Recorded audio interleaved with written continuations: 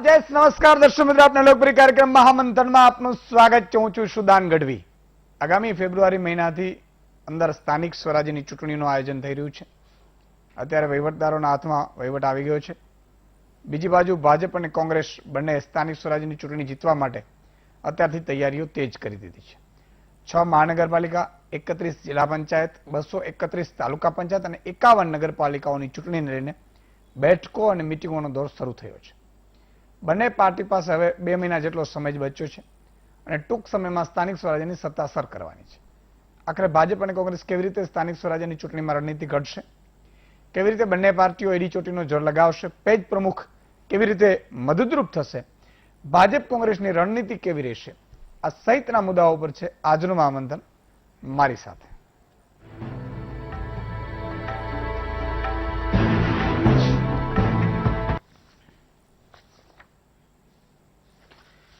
तो मित्रों, वीटीवी ની સામે તમે ગોઠવાઈ ગયા છો। શરૂ કરું એ પહેલા 2-4 અગત્યના જે પોઈન્ટ છે એના ઉપર જરા ચર્ચા કરી લઈએ। રાજ્યમાં ઇન્ટર્ન એમબીબીએસ તબીબો હડતાળ પર ઉતર્યા, કારણ કે એમની માંગ છે કે 12,500 જ સ્ટાઇપેન્ડ મળે છે, તો 20,000 કરવા ની એમની માંગ છે। બીજું, કોરોનાની ડ્યુટીમાં ઇન્સેન્ટિવ આપવાની પણ માંગ છે અને કોરોનાની ડ્યુટીમાં બોન્ડને પણ આ ગણતરી થાય એવી માંગણી છે। બીજા રાજ્યોની જો વાત કરીએ તો 20,000 ને કોઈ 22,000 ને 17,000-18,000 ને એવી રીતે સ્ટાઇપેન્ડ આપવામાં આવશે, ત્યારે આજે એમણે હડતાળ પાડી અને બીજા દિવસે પણ એવું કહ્યું છે કે આની તમે ઉકેલ લાવો। બીજું કે ખેડૂત આંદોલનમાં આરએસએસે પણ એમએસપીની માંગ કરી છે કે એમએસપી અંગે ખાતરી આપવી જોઈએ। ત્રીજું મિત્રો, આગામી બજેટ આવી રહ્યું છે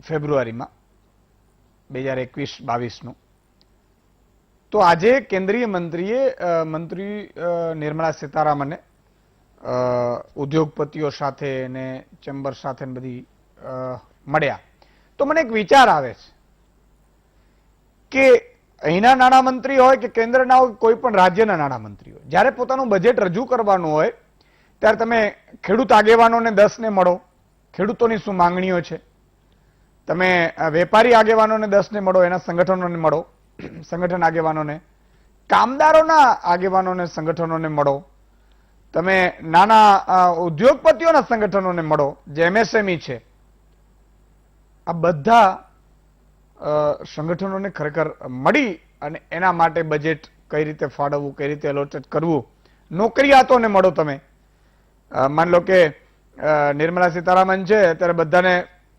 નોકરિયાતના જે કેટલાક લોકો હોય, 5 લાખથી નીચે કમાનારા હોય, 5 લાખથી 10 લાખની વચ્ચે કમાનારા હોય, 10 થી 15 લાખની વચ્ચે કમાનારા હોય, તો તેમના પર ટેક્સનો કઈ રીતે સ્લેબ આતે એવું એમને મળો। તમે ભલે ને 2 દિવસ તમારા જાય, અડધો કલાક મુલાકાત આપો તો વધીને 30 સેક્ટર છે, 30 થી 35 સેક્ટર હોય, તો તમે 1-2 દિવસમાં મળી શકો। એટલે માત્ર 5 ઉદ્યોગપતિઓને મોટાઓને મળવું કે મોટાને લઈ લેવાનું એની જરૂર નથી। જરૂર તો છે, એમની પણ છે, પણ બીજાને અવગણવાની જરૂર નથી, મુદ્દો એ છે। એટલે મને આ તો વિચાર આવ્યો, એટલે એ પણ છે। રાજસ્થાનની નગર નિગમની ચૂંટણીમાં 1975 બેઠકમાંથી 620 કોંગ્રેસ, અપક્ષ 595 અને ભાજપ 548, ભાજપ ત્રીજા નંબરે ખસકી ગયું, અપક્ષો પણ બીજા નંબરે આવી ગયા। રાજસ્થાનની નગર નિગમની શહેરો હંમેશા ભાજપ તરફી કહેવાય છે, પણ મને લાગે છે કે અશોક ગેહલોત ત્યાં જાદુગરી કરી ગયા। ખબર નહીં ગુજરાતમાં કોંગ્રેસ કેમ જાદુગરી નથી કરી શકતી। કોંગ્રેસની નબળાઈ હોય, કોંગ્રેસના નેતાઓની નબળાઈ હોય કે ભાજપ એટલું સુજ્જડ હોય, બધી વસ્તુએ આ તો બધા પાસાઓ કામ કરતા હોય છે। પછી ભાજપની સરકાર કામ પણ સારા કરતી હોય એવું પણ બની શકે। એટલે આજે જે ચૂંટણીઓ આવી રહી છે, આપણે પણ સ્થાનિક સ્વરાજ્યની, તો મને પણ વિચાર આવ્યું કે કેટલીક બાબતો ઉપર ચર્ચા થાય, ખાસ કરીને પેજ પ્રમુખ।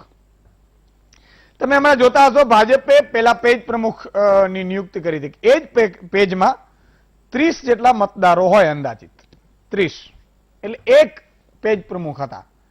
આ વખતે CR પાટીલજીએ એક નવું કન્સેપ્ટ લાવ્યા કે એક પેજ પ્રમુખ પોતાની સમિતિ બનાવે બીજા 6 વ્યક્તિઓની, 5 વ્યક્તિઓની, 5 થી 6 વ્યક્તિઓની, એટલે કે 6 થી 7 વ્યક્તિઓ એક સમિતિમાં થાય, એક પેજમાં થાય.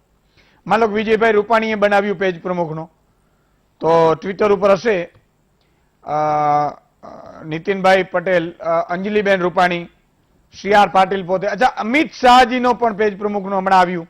અમિત શાહજીએ પણ પેજ પ્રમુખની સમિતિના પેજ પ્રમુખ બન્યા. એટલે એ બને એટલે નીચાવાળા બધા જે કાર્યકર્તાઓ હતા પેજ પ્રમુખ વાળાને એમ થાય ભાઈ સાહેબો બને છે તો આપણે બનવું જોઈએ એમ, એટલે પ્રોત્સાહન મળે. ભાજપની જબરદસ્ત રણનીતિ છે. હવે 30 વ્યક્તિઓનો એક મતદારનો પેજ છે. કુલ રાજ્યમાં 52,000 બૂથ છે. પેલા બૂથ સમિતિઓ હતી, 1 બૂથ 10 યુથ ને એવી રીતે બધું. એમાંથી અંદાજે 12 લાખ પેજ પ્રમુખ છે. કેટલા? અંદાજિત 12 લાખ. જુઓ ભાજપ કેમ જીતે છે એનો આખો આંકડો છે. એટલે મને એવું થયું કે આના ઉપર વ્યવસ્થિત મહામંથન કરવામાં આવે, જેથી કરીને પાર્ટીની કામગીરી, વિપક્ષની કામગીરી, શું કરવું જોઈએ, શું ઘટે છે, અને જનતા કઈ રીતે મત આપતી હોય. ઘણા લોકો એમ કહેતા આ મત કેમ મળતા હોય, મત કેમ મળતા નહીં એ તમને કહું. તમે માન લો કે ખાડા પડ્યા ને તમને વિરોધ થયો, પણ તમારા એને માસીના દીકરાને પેજ પ્રમુખમાં રાખી લીધો હોય, એટલે એ તમને જ લઈ જાય કે આવો આપણે મતદાન કરવાનું છે. આ બધી રણનીતિ હોય. અને જો જીતા હોય સિકંદર, એક બાબત બહુ ક્લિયર કટ માનવી પડે કે જે રાજનીતિ તો એવું જ ઈચ્છે, એવી જ હોય છે કે જે જીતા હોય સિકંદર, અમે જીતીએ છીએ એટલે રાજ કરીએ છીએ, રાજ કરીએ છીએ એટલે અમે જીતીએ છીએ. હવે 12 લાખ પેજ પ્રમુખ છે. એક પેજ પ્રમુખમાં 6 લોકોની સમિતિ બની. માન લો કે મુખ્યમંત્રી વિજય રૂપાણી છે તો એના 6 લોકો છે, 5 લોકો, એટલે 72 લાખ પેજ પ્રમુખ સહિતની ટીમ બની. કેટલી? 72 લાખની. હવે 72 લાખ માન લો કે એક ભાઈ છે એ પેજ પ્રમુખ બન્યા, એના 6 લોકોની ટીમ બની, એટલે 6 લોકોને બન્યું, બરાબર, સમિતિ બની. હવે એને શું કરવાનું, એને પોતાના પરિવારને ત્યાં લઈ જવાનું મતદાન મથક સુધી અને મત કરાવવાની, આટલી જ જવાબદારી, બીજી કશું જ નહીં. હવે 30 જણાનો પેજ હોય, 6 હોય એટલે 6 પંચા 30, 182 સીટ જીતવાનું જે લક્ષ્ય કર્યું છે 2022માં ભાજપે, એની આ રણનીતિ છે. એનો સ્થાનિક સ્વરાજ્યની ચૂંટણીમાં ઇમ્પ્લિમેન્ટ કરવાના છે. હવે માની લો કોઈના ઘરે 4 લોકો છે, કોઈના ઘરે 3 છે. હવે ટોટલ 100% વોટ થાય ને, 100%, તોય 15 જોઈએ એક પેજમાં વોટ. 100% થતું નથી, 70% જ થાય છે. એટલે 7 × 21 એટલે 21 વોટ પડે. એટલે ભાજપે ટોટલ 12 વોટ જોઈએ એના પેજમાં બહુમતી મેળવવા માટે. ઘણા લોકો એમ કે ઈવીએમ, આ તમે સ્ટાઇલ સમજો એની. હવે 12 જોઈએ છે, 6 લોકો તો છે બોસ, પેજ પ્રમુખ છે અને એની સમિતિ છે, એ તો મત આપવા જવાની જ છે. એના પરિવારના 2 લોકોને પણ લઈ જવાની છે, તો પણ 21 થઈ જાય. માની લો કે 2 જ વ્યક્તિઓ છે, પતિ પત્ની, એ પણ જાય તોય 12 થઈ જાય. અને એ 10 વાગે 12 વાગ્યા સુધી ભાજપે નિયમ કર્યો છે, 12 વાગ્યા સુધી તમારે મતદાન કરી સેલ્ફી પાડી તમારી સમિતિમાં નોંધાવી દેવાનો છે. અને પછી ખબર પડશે કે આ બૂથમાંથી કેટલા મત નીકળ્યા. આમ તો આપણે ચૂંટણી પંચમાં એવું છે કોઈને ખબર ન પડે, પણ ઈવીએમ થી બધાને ખબર પડી જાય છે કે આ બૂથમાં કયા કેટલા મત પડ્યા, બરાબર, ભાજપમાં કેટલા પડ્યા, કોંગ્રેસમાં પડ્યા, બીજાને. હવે 12 લાખ પેજ પ્રમુખ છે, 72 લાખ પેજ પ્રમુખની સમિતિ થઈ. આ 72 લાખ લોકો 5 મત નખાવે એટલે 3.5 કરોડ થી ઉપર થાય, એટલે 182 સીટ આવે. એ કે છે માની લો કે એમાંથી 50% જ કામ કર્યું, તો સરકાર તો બને છે. આ ભાજપ છે. એક બૂથમાં 30 મતદાર હોય છે, પેજ કમિટી 30 મતદારોની બને છે. દરેક મંત્રી, ધારાસભ્ય, સાંસદ સભ્ય, પ્રદેશ, જિલ્લા, શહેર, ગામના હોદ્દેદારો પેજ પ્રમુખ બનવાનું ફરજિયાત હોય છે. આ રીતે 600 મતદારો વચ્ચે 200 સભ્ય ભાજપના પેજ સમિતિના થાય છે. એક બૂથ પર 20 પેજ સમિતિ હોય છે. એક બૂથ હોય ને અહીંયા 20 પેજ સમિતિઓ આવે, એટલે 600 મતદારો થાય. હવે 600 મતદારોમાં 200 તો એમના જ છે, પેજ સમિતિના છે. ભાજપે 2019ની લોકસભાની ચૂંટણી માટે જાન્યુઆરી 2019માં રાજધાનીના વડપડિયા મેનિફેસ્ટો કમિટી બનાવી હતી. આ કમિટીની અંદર 15 સબ કમિટીઓ હતી અને મેનિફેસ્ટો બનાવવા માટે 4 જેટલા મત વિસ્તારોના 7,500 જેટલા સજેશન બોક્સમાં મૂકાવ્યા અને એ બધી કામગીરી કરી છે. એની સામે કોંગ્રેસ પાસે શું સ્ટ્રક્ચર છે એની વાત કરું મિત્રો.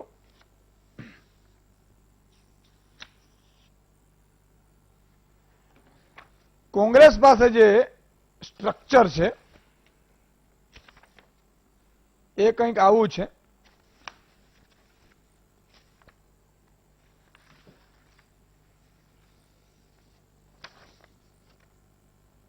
એમણે કેવું કર્યું છે કે ભાઈ એના મંત્રીઓ ને જિલ્લા ને બૂથ લેવલના એ રીતની આખી સ્ટ્રક્ચર છે. એમણે આવું પેજ સમિતિ જેવું કંઈ કર્યું નથી. એટલે તમારે બૂથમાં કેટલા લોકો જેટલા હોય 10-15 લોકો અને જેની ટિકિટ મળી હોય એ લોકો હોય, આટલી વસ્તુ આમની કોંગ્રેસની થાય. માની લો કે તાલુકા જિલ્લા બેઠકો પર બૂથ મેનેજમેન્ટ ટીમ તૈયાર કરી છે. મનપા વિસ્તારમાં જોડવા માટે પીપલ મેનિફેસ્ટ વોટ દીઠ શહેર વિસ્તારમાં અપાઈ જવાબદારી કોંગ્રેસે એઆઈસીસી, પીસીસી, ડીસીસી, ટીસીસી, તાલુકા જિલ્લા સંયોજક, જનમિત્ર અને પેજ પ્રમુખનું માળખું પર તૈયાર કરવાનું કીધું. રાજ્યમાં 1098 જિલ્લા સંયોજક તૈયાર કર્યા છે. 1098, 5270 તાલુકા સંયોજક છે, 5100 જનમિત્ર છે અને 7.5 લાખ પેજ પ્રભારી તૈયાર કર્યા છે. એક એક મતદાન સુધી પહોંચવાનું લક્ષ્ય એમણે કર્યું છે. આમના છે 72 લાખ, આમના છે 7.5 લાખ. હવે કોંગ્રેસ વાળામાં શું થાય કે ઉમેદવારો આપણો નથી આવ્યો જરા જોઈ લેજો એમ કરીને ન પડે તો એનું કોઈ બગાડી ન શકે. ભાજપમાં એમાં ન પડે ને તો એને જે ટ્રેક્ટર રાખ્યું હોય ને નગરપાલિકામાં એ બંધ થઈ જાય. એટલે એ જ લોકો દોડે કે કોઈનું ટ્રેક્ટર હોય એટલે એને જ્ઞાતિના આગેવાનનું ટ્રેક્ટર રાખી લીધું હોય, કે કોઈને નાનું ગટરનું કામ આપી દીધું હોય, કે કોઈને બીજા 2 ગાડીઓ રખાવી દીધી હોય. જો એ ન નખાવે વોટ તો એની ગાડીઓ બંધ થઈ જાય. એ જ એને જ્ઞાતિને કહે જોજો આપણો ખૂબ વિકાસ થયો, જો આપણી આબરૂ ન જાય, આપણી ઇજ્જત ન જાય, એમ કરીને એના 5 જ્ઞાતિના લોકોને લઈ નખાવડાવી દે. આ એક રણનીતિઓ છે. આ તમામ મુદ્દાઓ પર ચર્ચા કરવી છે. આપણી સાથે 5 મહાનુભાવો જોડાયા છે. તમે વિચાર કરો, તમને ઘરે બેઠા સાહેબ ઇતિથી અત ઇન્ફોર્મેશન તમને વીટીવી અને મહામંત્રના માધ્યમથી મળે છે. એ રાજકારણની હોય, એ જ્ઞાતિના આગેવાનોની, તમારી પાસે કઈ જ્ઞાતિની આગેવાનો આવશે, સમજો ચૂંટણીઓ થશે એટલે, તો અત્યારથી હું તમને કહી દઉં છું શું કહેશે. આટલી ઇન્ફોર્મેશન તમને કોણ આપે? બીજું, ઘણી તેત્રો હોય, ઘણા સારા હોય. તેત્રોમાં તો તમને વ્યાખ્યાની ખબર છે, કારણ કે વીટીવીના દર્શકોને બધી ખબર છે. તો આ બધી સ્થિતિમાં ઘરે બેઠા તમને આખી રણનીતિ ખબર પડશે કે કેમ ચૂંટણી જીતાય, કેમ લોકો પક્ષ પલટામાંથી પણ જીતી જાય છે અને કેમ કોંગ્રેસ છે એ વર્ષો સુધી આવી નથી સત્તા ઉપર અને હજુ પણ કેટલા વર્ષ સુધી નહીં આવે કે એની કોઈ આપણે ખબર નથી. તો આ તમામની રણનીતિ તમને ખબર પડે સાહેબ, ઘર બેઠા બેઠા. અને એ માત્ર તમારે વીટીવી જોવાનું, આમાં વાંચવાની જરૂર નથી. કેટલું બધું એમ સહુલિયત છે. એટલે ડોક્ટર અનિલ પટેલ છે, ભાજપના નેતા છે. દિલીપભાઈ ગોયલ વરિષ્ઠ પત્રકાર. નરેન્દ્રભાઈ રાવત કોંગ્રેસના નેતા છે. મનસ્વી થાપર રાજકીય વિશ્લેષક અને મિલનભાઈ ત્રિવેદી સમાજ નિરીક્ષક. હાસ્ય કલાકાર તો છે જ, પણ સમાજ નિરીક્ષક તરીકે કે સમાજને એ નિરીક્ષણ કરે છે. કારણ કે એક વ્યક્તિ એવો હોવો જોઈએ જ્યાં કોઈને લાગે ને કે વળગે નહીં એનું કહે કે ભાઈ આ સમાજનું આમ નિરીક્ષણ થાય. એટલે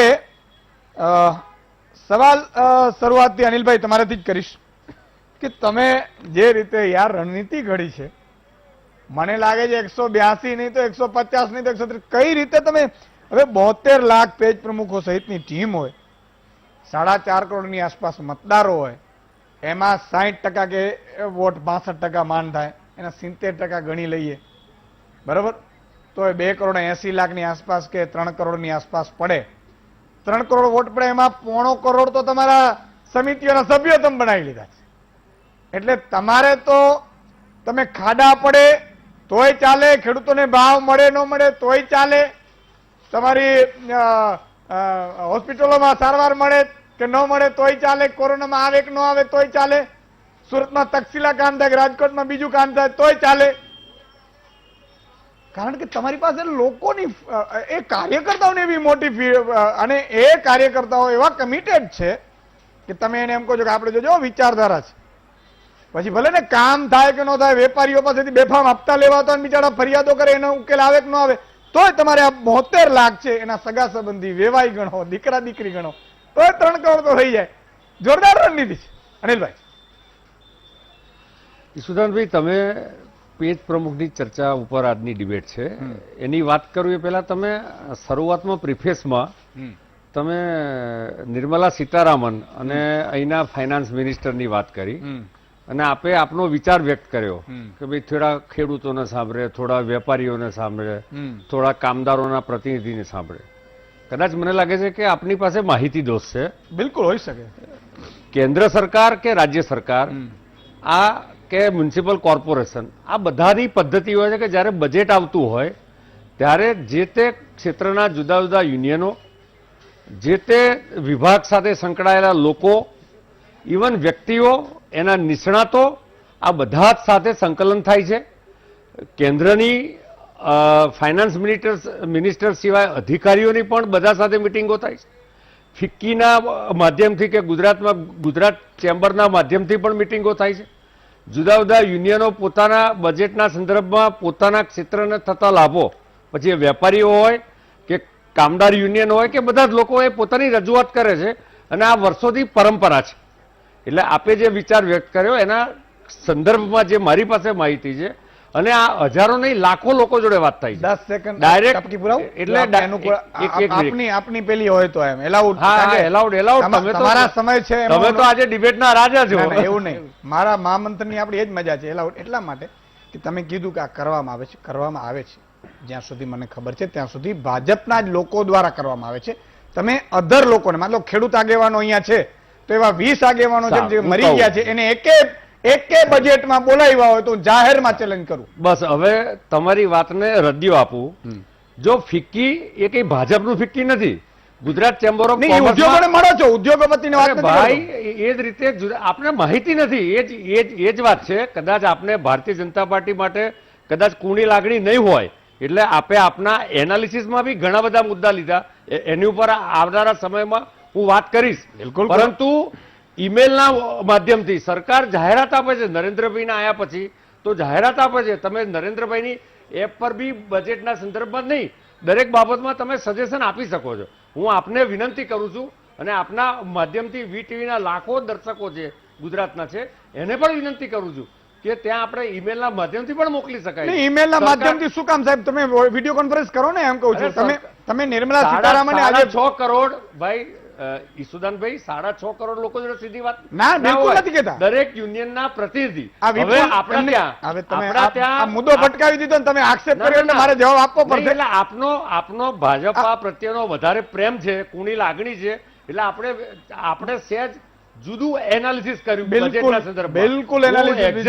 આ જ્યારે બજેટ આવશે ત્યારે એ દિવસની ડિબેટમાં એક્ઝેક્ટ કેટલા લાખો લોકો જોડાયા છે અને કયા કયા માધ્યમથી એની ઉપર આપણે 1.5 કલાક ચર્ચા કરીશું. બિલકુલ કરીશું સાહેબ. અને હું તમને આંકડો આપીશ કે તમે માત્ર તમારા ભાજપના જે કાર્યકર્તા હોય એમને મળો છો. મારું એટલું જ ખાલી કહેવાનું. તકલીફ છે ઈસુદાનભાઈ.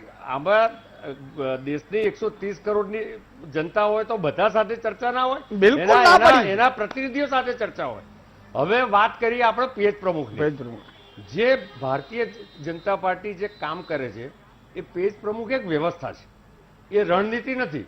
અમારી રણનીતિ એ રાષ્ટ્રનીતિ સાથે જ જોડાયેલી હોય છે. અમારું આખું સંગઠન રાષ્ટ્રીયથી શરૂ કરીને જુદા જુદા પ્રાંતના પ્રમુખ હોય અને એક સ્ટિપ્યુલેટેડ અમારું ભાજપાનું બંધારણ છે. એ પ્રમાણે આખું પ્રદેશનું બોડી હોય. એ જ બંધારણ પ્રમાણે અમારું જિલ્લાનું કે શહેરનું બોડી હોય. એ જ પ્રમાણે અમારા જુદા જુદા મંડળનું બોડી હોય. મંડળના બોડી પછી અમારું બૂથનું બોડી હોય. અને આ અમારી વર્ષોથી પરંપરા છે. નરેન્દ્રભાઈ જ્યારે સંગઠન મહામંત્રી તરીકે અહીંયા આવ્યા હતા ત્યારે જે પદ્ધતિથી આખી એક સંગઠનની સંરચના જે હતી એનું એક ડિસેન્ટ્રલાઇઝ વ્યવસ્થા સંગઠનના માળખાની ગોઠવી.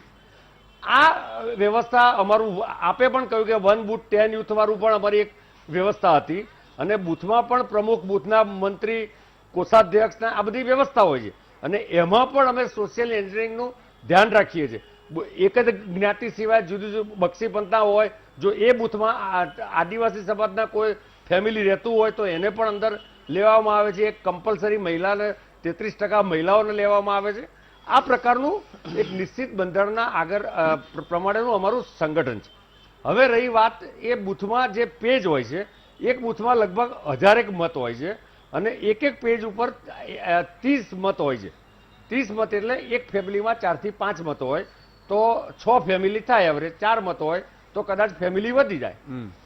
એટલે જે પેજ પ્રમુખ છે એક પેજ ઉપર 6 લોકો હોય જે ભારતીય જનતા પાર્ટીનો મુખ્ય કાર્યકર્તા અને અન્ય 5 લોકો કે જે ભારતીય જનતા પાર્ટીનો કાર્યકર્તા પણ હોય, એ કાર્યકર્તાના એ જે મેઇન કાર્યકર્તા સિવાયના બીજા જે કાર્યકર્તા છે એના ફેમિલીમાંથી પણ હોય, અથવા ભાજપનો શુભેચ્છક બી હોય, ભાજપાનો સમર્થક બી હોય, અથવા તો સરકારની કામગીરીનો જેને જુદી જુદી રીતે જેણે લાભ પણ લીધો હોય અને જે અમારા સંપર્કમાં આવ્યો હોય. પેજ પ્રમુખ અને આ બધી જ જે વ્યવસ્થા છે એ અમે આખી ડિસેન્ટ્રલાઇઝ વ્યવસ્થા સંગઠનની ગોઠવેલી છે ભારતીય જનતા પાર્ટીમાં, અને એ અમારા સંગઠનનું માળખું છે.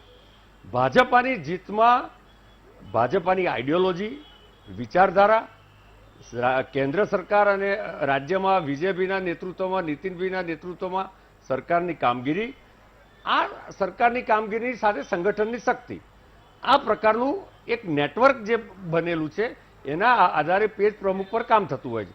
એનું એ ફક્ત ચૂંટણીના દિવસે આવીને મત આપી દે અને કાકા મામા માસીનો કોઈ સગોવાલો છે એને કહે કે ચાલ ભાઈ તું મત આપી દે, એવું નથી હોતું. એ પેજ જે બૂથના માધ્યમથી જે ડિસેન્ટ્રલાઇઝ વ્યવસ્થા છે એમાં અમારા લોકસંપર્કના સતત કાર્યક્રમો ચાલુ હોય છે.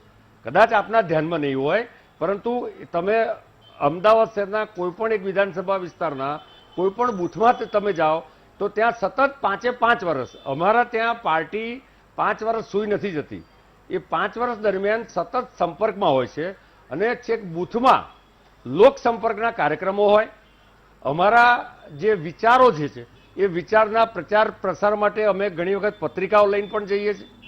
જે રાજ્ય સરકારની બીજેપીના નેતૃત્વમાં કામગીરી છે લોક કલ્યાણની અનેક યોજનાઓ છે, એ યોજનાઓના લાભ આપવા માટે એક સેતુ બનવાનું કામ આ અમારા પેજના પ્રમુખ અને પેજના કાર્યકર્તાઓ કામ કરતા હોય છે, બૂથના લોકો પણ કામ કરતા હોય છે. અને અમારા શક્તિ કેન્દ્રની વ્યવસ્થા, જે પોલિંગ સ્ટેશન છે એ પોલિંગ સ્ટેશનમાં જેટલા બૂથ આવે એ અમારું શક્તિ કેન્દ્ર છે. એ શક્તિ કેન્દ્રના પણ ઇન્ચાર્જ સહ ઇન્ચાર્જ હોય અને એમના દ્વારા એક ઉપરથી નીચે સુધીનું વ્યવસ્થિત એક આયોજનબદ્ધ તંત્ર ગોઠવ્યું છે. અમારે ત્યાં એવું નથી કે ભાઈ એક પ્રમુખને એક કાર્યકારી પ્રમુખ હોય, પછી કોઈક નારાજ થયો, કોઈ દુઃખી થયો તો લો તમે 48 મહામંત્રી બનાવી દીધા, 72 મંત્રી બનાવી દીધા, એવું નથી. એક વ્યવસ્થિત બંધારણના આધારે સિસ્ટમ પ્રમાણે કામ કરતી પાર્ટી છે. અને આ પેજ પ્રમુખ ઓફકોર્સ ચૂંટણીના દિવસે આ જે 6 લોકો છે એ પોતાના બૂથમાં અને એમાં ખાસ કરીને પોતાના પેજમાં એ મતદાન કરાવવાનું કામ કરે છે. અને એ મતદાતા એ ભારતીય જનતા પાર્ટીના પ્રભાવમાં હોય, કારણ કે એને એની કામગીરીની સ્પર્શ થયો હોય, અનુભવ થયો હોય, એટલા માટે ભારતીય જનતા પાર્ટીને મત આપે છે. બિલકુલ. તો આ વ્યવસ્થા બધી જ પોલિટિકલ પાર્ટી અને શક્તિઓ તો ગોઠવવી જોઈએ, કારણ કે અમારા ત્યાં કોઈ નિવેદનીય નેતા નથી.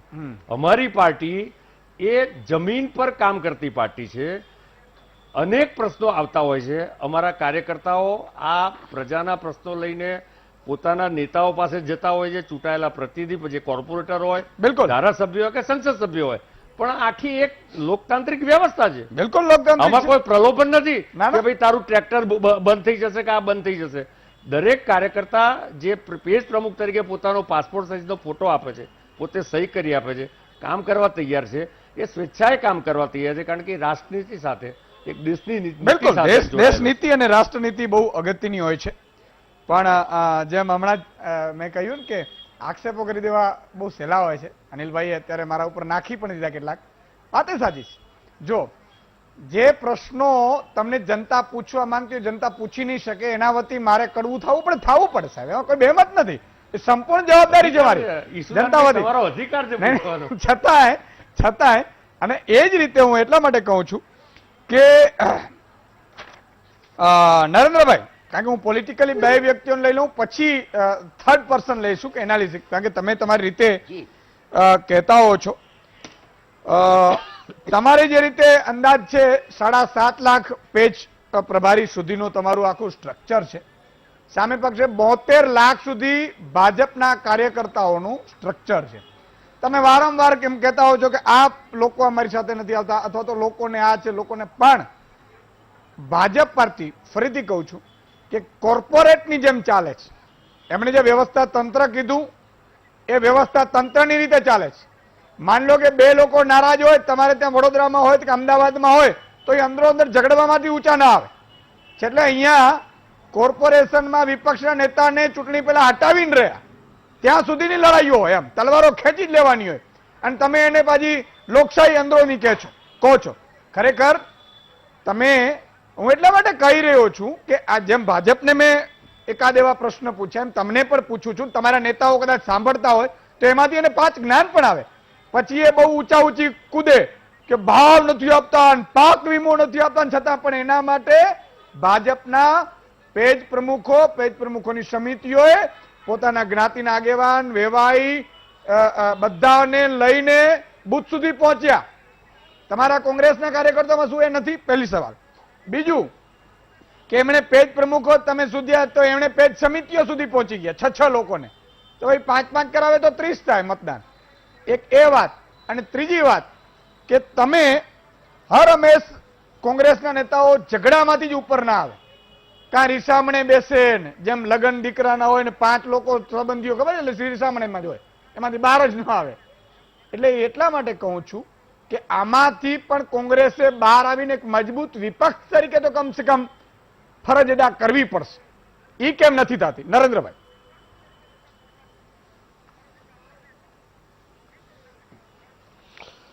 ઈશુદાનભાઈ, તમે સરસ વાત કરી, અમને સલાહ પણ આપી. કોંગ્રેસ એક આઝાદી પછીની એક માસબેઝ પાર્ટી છે કે જે આઝાદીના આંદોલન પછી એ આ દેશનું સુકાન સંભાળ્યું અને લગભગ આપ જાણો છો કે 50-60 વર્ષ સુધી કોંગ્રેસે મજબૂત નેતૃત્વ આપી, આ દેશને મજબૂતાઈ આપી. વાત સંગઠનની ચાલે છે. સંગઠન એના માટે હોય કે જ્યારે કોઈ પણ સરકાર, કોઈ બી પાર્ટી હોય એ પોતે લોકોના સુખાકારી માટે લોકોની વાતો હોય એને પહોંચાડવાની હોય અને ચૂંટણીનું મેનેજમેન્ટ થતું હોય. અમારી પાર્ટીની આ પેજ પ્રભારીની જે કે પેજ પ્રમુખની જે ભારતીય જનતા પાર્ટીએ 72 લાખની વાત કરીને તમે એમને 182 સીટો આપી પણ દીધી અને અનિલભાઈ ખુશીમાં સ્વીકારી બી લીધી. વાત પણ એવી થાય છે કે આપી નથી, આ તો મેં ગણતરી કરી છે એમ કે આવું હોય તો આવું થાય એમ. કોઈ ક્રિટિસાઇઝ નથી કરવું, એમની સિસ્ટમ છે, એ લોકો એ સિસ્ટમથી હા ના યુ આર એક્ઝેક્ટલી રાઈટ. અને એ લોકો એમ કહે છે કે એમના પેજ પ્રમુખો ખૂબ કામ કરે છે. એક વાસ્તવિકતા સ્વીકારવાની વસ્તુ છે કે કોઈ પણ વિધાનસભા, કોઈ બી લોકસભા ક્ષેત્ર, કોઈ મહાનગરપાલિકા, કોઈ નગરપાલિકા હોય એના જે બૂથ સંખ્યા હોય, અમે પોતે પણ ચૂંટણી લડ્યા છે. અમે નરેન્દ્ર મોદીજી અહીંયા ચૂંટણી લડવા આવ્યા હતા ત્યારે બી 1600 બૂથ હતા. મેં પોતે પ્રમુખ હતો, મેં પોતે પણ ચૂંટણી લડ્યો છું. એટલે બધી જગ્યાએ ભારતીય જનતા પાર્ટીના એ પેજ પ્રમુખ થાય અને એના 6 સમિતિના સભ્યો થાય એ શક્ય હોતું નથી, કારણ કે લોકોને સમર્થન એટલા બૂથોમાં મળી ન શકે. પણ તેમ છતાં પણ આ બધી વસ્તુઓ બની શકી છે, સારી વસ્તુ છે. એ લોકો ખુશ છે દર વખતે પેજ પ્રમુખની વાત કરે છે. દરેક બૂથમાં તમારો સમર્થક મળે એ પણ જરૂરી નથી, કારણ કે લોકોને આપણે પાર્ટી તરીકે આપણી વિચારધારા, આપણે આ દેશ માટે જ્યારે શાસનમાં હોઈએ તો લોકો માટે શું કરીએ છીએ, કઈ વાતો મૂકીએ છીએ, લોકોને સુખાકારી માટે શું પ્રયત્ન કર્યા, લોકોમાં શું મુશ્કેલીઓ છે, શું મુશ્કેલીઓ દૂર કરવામાં આપણે પ્રયત્ન કરી શક્યા કે નહીં, એ ઘણી બધી બાબતો આવતી હોય છે. હવે તો કોર્પોરેશન અને મહાનગરપાલિકા, પંચાયત લેવલે પણ હવે તો મોદીજીની જ વાત આવે છે, ત્યાં સ્થાનિક મુદ્દાઓની વાત જ નથી. એટલે પેજ પ્રમુખ તો સાઈડમાં હોય છે, પાર્ટીનું જે ફોકસ હોય છે, પાર્ટીના જે એજન્ડા હોય છે, એમને કીધું કે અમારે ત્યાં તો સતત 5 વર્ષની અંદર ખૂબ કામગીરી થતી હોય. અમે બી પોતે ગ્રાસરૂટ લેવલના એકદમ કાર્યકર છીએ, અમે પણ જોઈએ છીએ કે એ લોકોની કામગીરી શું હોઈ શકે. એમને કીધું કે લોક સંપર્કમાં અમારા એજન્ડા માટે અમે કામ કરતા હોય છે. એમના એજન્ડા કમ્પ્લીટ ક્લિયર હોય છે અને જેના કારણે 25 વર્ષથી ગુજરાતની અંદર ભારતીય જનતા પાર્ટીનું શાસન છે અને એના માટેનો એમનો જે કોમ્યુનલ એજન્ડા, જે ડિવિઝનની નીતિ છે એ ખૂબ મોટી ઘર કરી ગઈ છે. એ વાસ્તવિકતા અમે સ્વીકારીએ છીએ. અમે શહેરોમાં 25 વર્ષથી નેતાગીરી 24 કલાક કરીએ છીએ, એટલે અમે દૂર નથી. લોકોના લોકમાનસની ચર્ચા બી કરીએ છીએ. અમે કોંગ્રેસ પક્ષના નેતાઓ કંઈ દૂર નથી ગયા, લોકોની સાથે સતત અને વિપક્ષમાં બી સતત હાજર હોઈએ છીએ અને મુખ્ય વિપક્ષ તરીકેની ભૂમિકા અત્યારે ભજવતા હોઈએ છીએ. અમારું જે પેજ પ્રમુખની વાત કરવા જઈએ તો અમારી ઓલ ઇન્ડિયા કોંગ્રેસ કમિટીનું એક આખું મોટું સ્ટ્રક્ચર છે જે આઝાદી પછીનું છે.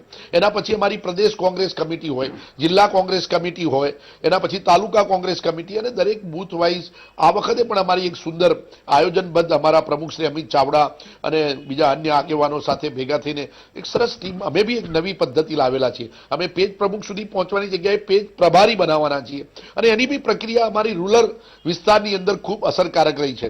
જો અનિલભાઈ કહેતા હોત કે આટલું બધું સ્ટ્રક્ચર પહેલેથી હોત તો ગુજરાતમાં 182માંથી અમારી 81 સીટો 2017માં આવી જ ન હોત, કદાચ રૂરલમાં આ પ્રકારની સિચ્યુએશન હોત. કહેવાનો મતલબ એ છે કે અમે દરેક જિલ્લા અને તાલુકાની જે અમારી બેઠકો હોય એ પ્રમાણે અમે સંયોજકોની નિમણૂક કરી છે અને બહુ જ એક્સપર્ટ માણસ સાથે બેસી એની નિમણૂકો પણ અમારી પતી ગયેલી છે. બૂથ પ્રભારીઓમાં બી તમે કહ્યું કે અમારી દ્રષ્ટિએ અમે 10 લાખ જે બનાવવાના હોય એની અંદર અમે લગભગ રૂરલ વિસ્તારમાં 7 લાખ જેટલા અમે ઓલરેડી અમારી પાસે બૂથમાં પ્રભારી અને સાથે જનમિત્રો અમે બનાવેલા છે. અમારી કોર્પોરેશન અને એટલે કહેવાય કે મહાનગરપાલિકા અને નગરપાલિકાઓમાં થોડીક સિસ્ટમ અલગ હોય છે. એમાં અમે પોલિંગ સ્ટેશન વાઇઝ, કારણ કે શહેરી વિસ્તારોમાં સેક્ટર એટલે કે અલગ અલગ વિસ્તારો પ્રભુત્વવાળા લોકોના હોય, અલગ અલગ વિચારધારા સાથે જોડાયેલા, અલગ કામગીરીવાળા, અમુક ઇન્ડસ્ટ્રીયલિસ્ટ વિસ્તારો હોય, અમુક શહેરી વેપારી વિસ્તારો હોય, એના આધારે અમે તમામ સેક્ટરો પણ અમે પાડેલા છે. સાથે સાથે પોલિંગ સ્ટેશનને સેક્ટરમાં વહેંચી અને ત્યાં પણ અમે લગભગ વોર્ડ વાઇઝ ત્યાં સંયોજકોની નિમણૂક કરી અને જનમિત્રો પણ અમે દરેક જગ્યાએ અમારી જનમિત્રની શરૂઆત તો અમારા પૂર્વ પ્રમુખ માનનીય શ્રી ભરતસિંહ સોલંકી એમના થ્રુ થઈને એ લગભગ અમારી પ્રક્રિયા ચાલુ જ હતી. એટલે સંગઠનની બાબતમાં અત્યારે અમારી કામગીરીમાં ખાલી અમે મહાનગરપાલિકામાં થોડાક હજી અમે કરી રહ્યા છે કામગીરી અને એ બી પૂર્ણ હમણાં 2 મહિનાની અંદર કે મહિનાની અંદર અમારી પતી જશે. આમાં વિશેષ કામગીરી પૂર્ણ થઈ ચૂકી છે ને એ પણ ફોટોગ્રાફ સાથે. એટલે આ એક અમારી એક વ્યવસ્થાનો પ્રકાર છે. પરંતુ મુખ્ય બાબત હું એ જ કહું કે જ્યારે રાજનીતિમાં વાત આવતી હોય આ પાર્ટીનું પોતાનું ઇન્ફ્રાસ્ટ્રક્ચર છે. આ લોક ઉપયોગી કામ નથી. અમે આટલા બધા સપોઝ ભાજપે 72 લાખ બનાવ્યા ને અમે 7 લાખ બનાવ્યા, એ લોક ઉપયોગી કામ નથી. એ અમારી પાર્ટીનું ઇન્ફ્રાસ્ટ્રક્ચર છે કે અમે લોકોના પાર્ટી તરીકે લોકશાહીની અંદર એક રાજનીતિક પાર્ટીની આખી પોતાની કાર્યકરોની જે કાર્ય પદ્ધતિ હોય એ પદ્ધતિ છે. પણ વધારે સંખ્યા હોય એનો મતલબ એ નથી કે લોક ઉપયોગી કામ થયું. કામ કરવા માટે તો લોકોને માટેની અલગ વ્યવસ્થા. તમે શાસનમાં આવ્યા પછી લોકોને કેવી રીતે શાસનમાં સુખાકારી કરી શકો છો. હવે આપ જાણો છો કે એ બાબતની ચર્ચા આપણે આગળ ધપાવીએ કે સરકાર દ્વારા જે પગલાં લેવાતા હોય ને લોકોની કેટલી ગરીબી કેટલી દૂર થઈ, શિક્ષણની અંદર, આરોગ્યની અંદર, કે સામાન્ય જીવનનો ઇન્ડેક્સ કેવી રીતે આવ્યો ઉપર, દેટ ઇઝ મોર ઇમ્પોર્ટન્ટ. આ વ્યવસ્થાની બાબતમાં તો એટલું જ કહીશ કે ભારતીય જનતા પાર્ટી ક્લેમ કરતી હોય તો 182 સીટો એ જરૂરથી લઈ જશે અને એમને મુબારક. પરંતુ એ એમની વ્યવસ્થા છે, આ અમારી વ્યવસ્થા છે. બરાબર.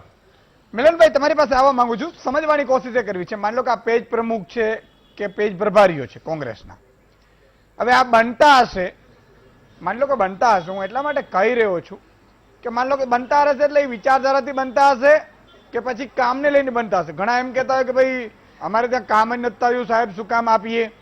માની લો કે આગેવાનો હોય, કોઈ ખેડૂત આગેવાનો તો એમ કે ભાઈ ભાવ જ પૂરા નથી મળતા તો આમ નથી મળતું શું કામ બનીએ. એવું કંઈ થતું હશે કે ન થાય?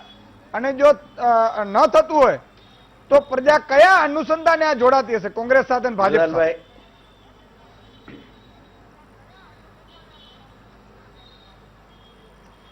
ઈસુદાનભાઈ, જય માતાજી.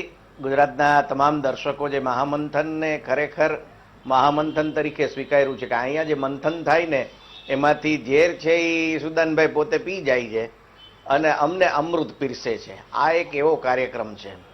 આજનો વિષય છે ને એ બંને રાજકીય પ્રવક્તાઓએ જે વાત કરી, પેજ પ્રમુખ બહુ સરસ સબ્જેક્ટ લીધો છે. તમે રણનીતિ ખુલ્લી પાડી. એક તો મને આ રણનીતિ શબ્દ છે ને એ જે સાહેબ, આમ તમે રણનીતિ શબ્દ આવે ને એટલે એક આક્રોશ, જનૂન, આ બધું આવી જાય. કારણ કે એક યુદ્ધ ભૂમિ તમારી નજર સામે આવે, યુદ્ધ લડાવવાનું છે ને એમાં રણનીતિ ઘડાવવાની છે. એટલે આયોજન શબ્દ છે ને એ થોડોક સોફ્ટ અને લોકો સુધી, હૃદય સુધી પહોંચે એવો શબ્દ છે. એટલે આયોજન જે આ લોકોનું છે એ આપણે શબ્દ રાખીએ. તો આયોજનમાં પેજ સમિતિ જે કરી બહુ અદ્ભુત વાત છે. 72 લાખ એટલે અત્યારથી હું તો કહું છું કોર્પોરેશનને એ બધું દઈ દેવું જોઈએ. જો આટલી મોટી સંખ્યા હોય ને તો પછી વિપક્ષે એમાં કાંઈ બીજું વિચારાય જ નહીં. કેમ કે આમ એના કુટુંબના ને એ બધા મતગણો તો 60-70% તો થઈ ગયા. પરંતુ સાહેબ આમાં ઇન્ટરનલી સાહેબ, ડોક્ટર સાહેબને મારે કહેવાનું કે મારા મિત્રો પણ અમુક બીજેપીમાંય છે, કોંગ્રેસમાંય છે, આપમાંય છે, બધામાં છે. તો મારા એક મિત્ર પેજ પ્રમુખ બન્યા છે, હું નામ નહીં દઉં નહીતર પાછો એને કાલ સવારે ફોન આવી જશે. મેં કીધું વાહ અભિનંદન, કીધું પેજ પ્રમુખ તમે થયા. એટલે મને કે યાર આમાં ના નથી પાડી શકાતી, યાર કરવું પડે છે. મેં તો મિટિંગમાં તો તમે એટેન્ડ કરો જ છો. મને કે ભાઈ હવે આપણે ધંધા રોજગાર વાળા માણસ, બે છેડા ભેગા કરવાના હોય છતાં એમ કે ના નથી પાડી શકાતી. જે આ સૂર છે ને ના નથી પાડી શકાતી, પછી કોંગ્રેસને ના નથી પાડી શકાતી, બીજેપીને ના નથી પાડી શકાતી, આપને ના નથી પાડી શકાતી. આવા લોકો પણ પેજ પ્રમુખ અને પેજ કમિટીમાં હોય છે. હવે રણનીતિ માત્ર આ જે પક્ષો છે એ જ બનાવે એવું નથી. હવેની રણનીતિ પબ્લિકે બનાવવાની જરૂર છે. મારો સગ્ગો ભાઈ પેજ પ્રમુખ હોય કે મારો સગ્ગો ભાઈ કોંગ્રેસમાં બૂથ પ્રમુખ હોય, પરંતુ મને કયા પ્રશ્નો નડે છે એ મારું પોતાની વિચારસરણી હોવી જોઈએ. દરેકની વિચારધારા હોય જ છે, દરેક પક્ષની વિચારધારા હોય છે, પણ માણસની પોતાની વિચારધારા પણ હોવી જોઈએ, જે આ બધાથી પર થઈ અને વિચારી શકે કે હું આમાંથી કોને મત આપીશ તો મને ભવિષ્યનો ફાયદો છે, પ્રજાને ફાયદો છે. આ પ્રજાએ વાત કરવાની જરૂર છે. બીજું, આ બંને સરકાર છે, બંને પક્ષો એને પોતાનો પક્ષ રજૂ કરવાનો જ છે. એક પક્ષ એમ કહેશે કે અમે સરકારમાં રહીને આટલું કર્યું છે અને સારી બાબત જ કહેવાની છે, પણ એમાંથી સાચી કઈ એ તારવવાની પબ્લિકે છે. સામેના પક્ષે, જ્યાં વિરોધ પક્ષ છે, કોઈ પણ પક્ષનો હોય, કોંગ્રેસની સરકાર હોય તો બીજેપી વિરોધ પક્ષ છે અને બીજેપીની સરકાર હોય તો કોંગ્રેસ વિપક્ષ છે. તો એ લોકોએ આમાંથી સાચું શું? સાહેબ, ખોટું એટલું બધું વધી ગયું છે કે હવે સત્યનો અવાજ ઉજાગર થશે, આ મને એક સાહેબ ગળા સુધીની ખાતરી છે. એક પ્રજા તરીકે તમે મને એક બહુ સરસ લેબલ આપી દીધું છે નિરીક્ષક તરીકેનું, એટલે હું બહુ તટસ્થતાથી આ વાત કરું છું કે પ્રજા છે ને એ નાના મુદ્દાએ સ્થાનિક સ્વરાજની ચૂંટણીમાં છે ને સાહેબ, ઇન્ટરનેશનલ ને નેશનલ ઇસ્યુને જો કોઈ બોલવા જાય ને કોઈ નેતા ભાષણમાં, તો પણ કેવું પડે કે ભાઈ તમે શાંતિ રાખો, એ બધી અમને ખબર. અમારી ગટર વ્યવસ્થાનું શું, અમારી સફાઈનું શું, લોકલ આરોગ્યનું શું, આ પ્રજા જો પૂછી શકે તો આ બધાની રણનીતિમાં ક્યાંક ને ક્યાંક ગાબડું પડશે. પણ એને માટે પ્રજાએ જાગૃત થવાની જરૂર છે. એટલે જ્યાં વિપક્ષ જે હોય ને એને પ્રજાને જાગૃત કરવાનો પ્રયત્ન કરવો જોઈએ. અમારે રાજકોટમાં સાહેબ કોંગ્રેસની સ્થિતિ એવી છે કે આમ બહુ પેરેલલ ચાલતું હતું. એમાંથી 3 ઉલળીના આમાં ગયા, એક ડિસ્કોલિફાય થયા. સાહેબ, વિરોધ પક્ષના નેતા અમે કોંગ્રેસ બનાવી નથી શક્યા. બોલો, અમને વિરોધ પક્ષના નેતા રાજકોટને ન મળ્યા. આ હું તમને કહું કે આ 1.5-2 વર્ષની વાત છે.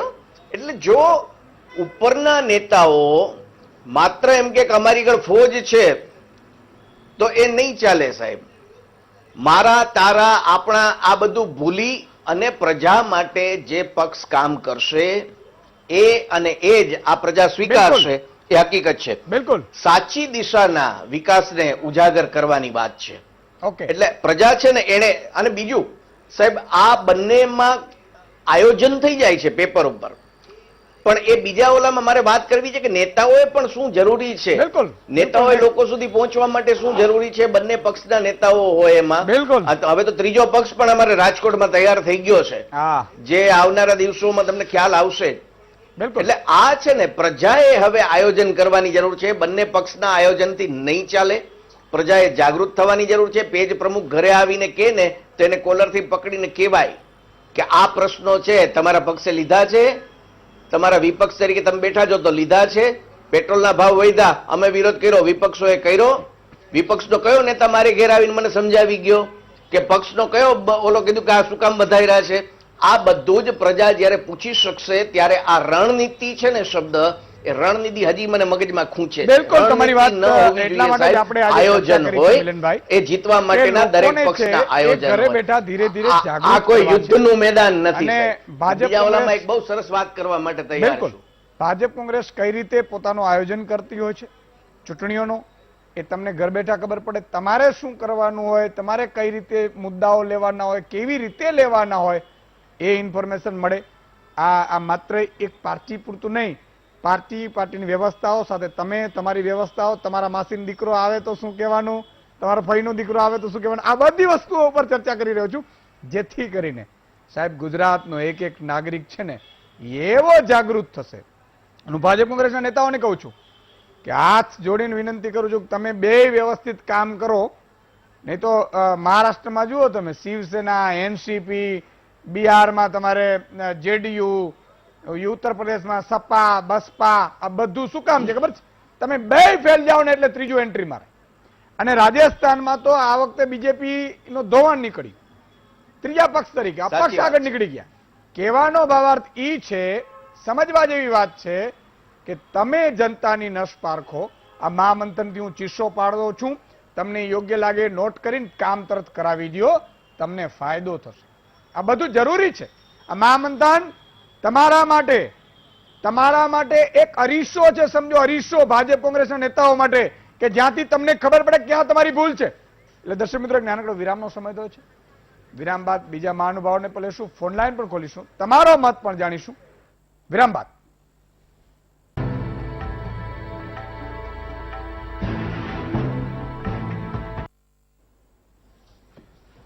વિરામ બાદ દર્શક મિત્રો ફરીથી આપનું સ્વાગત છે. ફોન લાઈન પણ ચાલુ કરી દેશું, ઉપર ચાલુ કરી દો.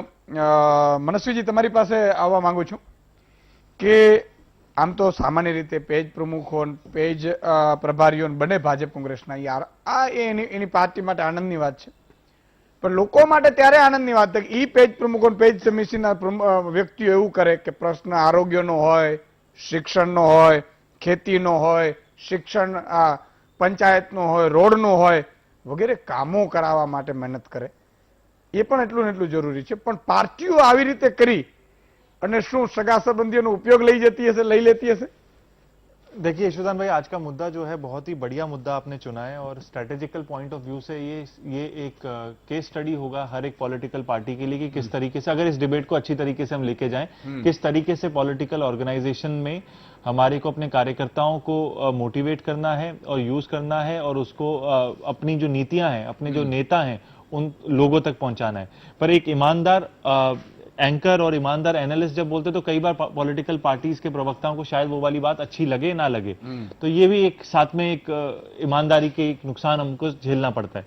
पर मुद्दे की बात जो ये है, देखिए ये एक एयर टाइट सिस्टम है जो बीजेपी ने इतने सालों में इवॉल्व किया है और इसका एवोल्यूशन अगर हम ट्रेस करें तो गुजरात ही एक ऐसा स्टेट है जहां से ये चीज शुरुआत हुई है. पेज प्रमुख की अगर हम बात करें तो बीजेपी ही एकलौती ऐसी पार्टी है जिसने शुरू किया, इसको मेंटेन किया और इवॉल्व किया. और आज अगर बीजेपी का अगर हम सिस्टम देखें, पूरा ऑनलाइन हो चुका है. बीजेपी कोई भी टेक्नोलॉजी हो, कोई भी सिस्टम हो, उसको सबसे पहले यूज करती है. मैं एक चीज कहना चाहता हूं कि ट्विटर का सबसे पहले इस्तेमाल कांग्रेस ने किया था, पर ट्विटर का सबसे बेहतरीन इस्तेमाल पूरी दुनिया में बीजेपी ने किया है. बीजेपी का हर नेता ट्विटर पे है. ट्विटर की पूरी एक आर्मी है. वो एक नैरेटिव सेट करने में, वो सही है गलत है उसकी डिबेट हम बाद में करेंगे, पर एक नैरेटिव सेट करने में, आज मैं एक आपको उदाहरण देता हूं. एक तरफ से एक ट्रेंड चल रहा था, तोमर साहब अब इस्तीफा दो. दूसरा ट्रेंड एक बीजेपी के सोशल मीडिया ने शुरू किया, तोमर साहब हम आपके साथ हैं. तो जैसे मोदी जी का था, जैसे हाँ, तो डेली ट्रेन एक करवाता है. डेली आज अगर आप, हमारे देश में क्या हो गया है कि रोज राजनीति की बात होती है, रोज एक ही बात होती है, मोदी जी महान है, या दूसरी बात होती है मोदी जी महान नहीं है. बात तो मोदी जी की होती है. जब से मोदी जी नेशनल पॉलिटिक्स में आए, एक ही मुद्दा है, मतलब हमारे दिमाग का 1/3 हिस्सा बेसिकली मोदी जी है. सुबह से लेके शाम तक हम मोदी जी का डिस्कशन करते हैं. उसके लिए एक सिस्टमैटिक पैटर्न है. व्हाट्सएप में आया जाएगा कि हिंद महासम्राट मोदी जी है, हजारों ग्रुप बनाए हुए हैं व्हाट्सएप के, वो ग्रुप में आता है. और ग्रुप में आपको ये देखिए, ये एक कार्यकर्ता, एक ये सोशल आर्मी टीम होती है. ये आर्मी जो होता है ना, एक सोल्जर, जो फुट सोल्जर होता है, उसको ट्रेन किया जाता है. उसका जो कर्नल होता है वो समझा, आपको मोटिवेट करता है कि अगर आप ये नहीं करोगे तो ये हो जाएगा. तो सुबह से लेके शाम तक यही काम होता है कि सोशल मीडिया में, व्हाट्सएप यूनिवर्सिटी में आपको ये करा देना चाहिए. दूसरी एक और चीज मैं ईशुदान भाई आपको बताना चाहता हूं, 2013 और 2014 के बीच में आपके व्हाट्सएप पे भी आया होगा कि हमारे जो साउथ एशिया के दूसरे देश हैं, उनका पेट्रोल और डीजल का रेट कितना कम है और हमारे देश में कितना ज्यादा, और यूपीए 2 कितना ज्यादा लूट रही है. और आज यही चीज हमारे सामने है, पर इसकी बात नहीं होती, क्योंकि ये क्या है, विपक्ष की विफलता है. अब बीजेपी का एक स्ट्रैटेजी है. बीजेपी ना 2 तरह का मार्केटिंग करती है. पहला मार्केटिंग होता है व्हाइट मार्केटिंग, सेकंड मार्केटिंग होता है ब्लैक मार्केटिंग. व्हाइट मार्केटिंग क्या होता है, जिसमें बीजेपी की तारीफ करना, आर्टिकल 370 कितना अच्छा है, हटाने से कितना फायदा है, सीए हटाने से, सीए लाने से कितना ज्यादा देश को फायदा है, किसानों को ये बिल लाने से कितना फायदा है, मोदी जी कितने महान है, मोदी जी की बात करना, प्रशंसा करना, अमित शाह जी की प्रशंसा करना कितने महान है. और दूसरा ब्लैक मार्केटिंग. ये देखिए, जो मोदी जी के भक्त हैं, जो बीजेपी के भक्त हैं, उनको जब महानता बात करेंगे बीजेपी की, वो अच्छी लगेगी. और दूसरी है जो राहुल किस तरीके से पप्पू है, कांग्रेस किस तरीके से 70 सालों से देश को दीमक की तरह लूट रही है, स्विस बैंक में शरद पवार के पता नहीं कितने लाखों करोड़ों का अकाउंट है, इंदिरा गांधी का कितने लाखों करोड़ों का, ये भी हमारे व्हाट्सएप पे आया हुआ है। हर बड़े बड़े नेता का जो बीजेपी से रिलेटेड नहीं है, उनका कितने लाखों हजारों करोड़ का स्विस अकाउंट में वो है, जिसकी चाबी सिर्फ सोशल मीडिया में है, वो भी बीजेपी के, और किसी के पास नहीं है। और ना ही 6 सालों में इसका खुलासा हुआ, 7 सालों में, कि ये पैसा कहां है। तो बात यह कि ये ब्लैक मार्केटिंग है। तो इससे क्या है, जो कांग्रेस से परेशान है, जो कांग्रेस को पसंद नहीं करते, वो इससे प्रभावित होकर किधर वोट बैंक जाएगा, सीधा बीजेपी पे जाएगा। तो ये सिस्टमैटिक अप्रोच है। और दूसरा, अब आप अगर मीडिया की बात करें, सबसे ज्यादा होर्डिंग किसके लगते हैं? बीजेपी के लगते हैं। न्यूज़पेपर की बात करें, इलेक्शन में सबसे ज्यादा बीजेपी स्पेंडिंग करती है। रेडियो आप चालू करेंगे तभी भी बीजेपी का कोई ना कोई गाना चल रहा होगा या बात चल रही होगी। और फिर मन की बात तो है ही हमारे पास, जो हर संडे हमारे पास एक बात आती है। तो इस सारी सिचुएशन में क्या हो जाता है, you may hate him, you may ignore him, you may love him, you may hate him, but you cannot ignore him. तो मोदी जी और बीजेपी को आज के पॉलिटिकल सिनेरियो में आप इग्नोर नहीं कर सकते। और यहां पे अगर मैं गुजरात की बात करूं और जो स्ट्रेटेजी की बात करूं, यहां पे एक सिस्टमैटिक अप्रोच से एक लीडर जो गुजरात का हो वो क्रिएट ही नहीं होने दिया। आप 25 सालों में सिवाय नरेंद्र मोदी जी के ना ही बीजेपी में कोई क्रिएट होने दिया है, अमित शाह जी को छोड़ के, ना ही कांग्रेस में कोई क्रिएट हुआ। तो ये सिस्टमैटिक अप्रोच है कि हम एक जमाने में हमारे देश में क्या हुआ करता था यशोदान भाई, एल.के. आडवाणी जी थे, उन्होंने हर स्टेट में 2-3 लीडर क्रिएट किए थे। एक लीडर का सही धर्म यह होता है कि उसके जाने के बाद 20-25 साल का जो डिफरेंस वाला लड़का होगा या युवती होगी, उसको वो क्रिएट करे, ग्रूम करे और उसको एक मौका दे।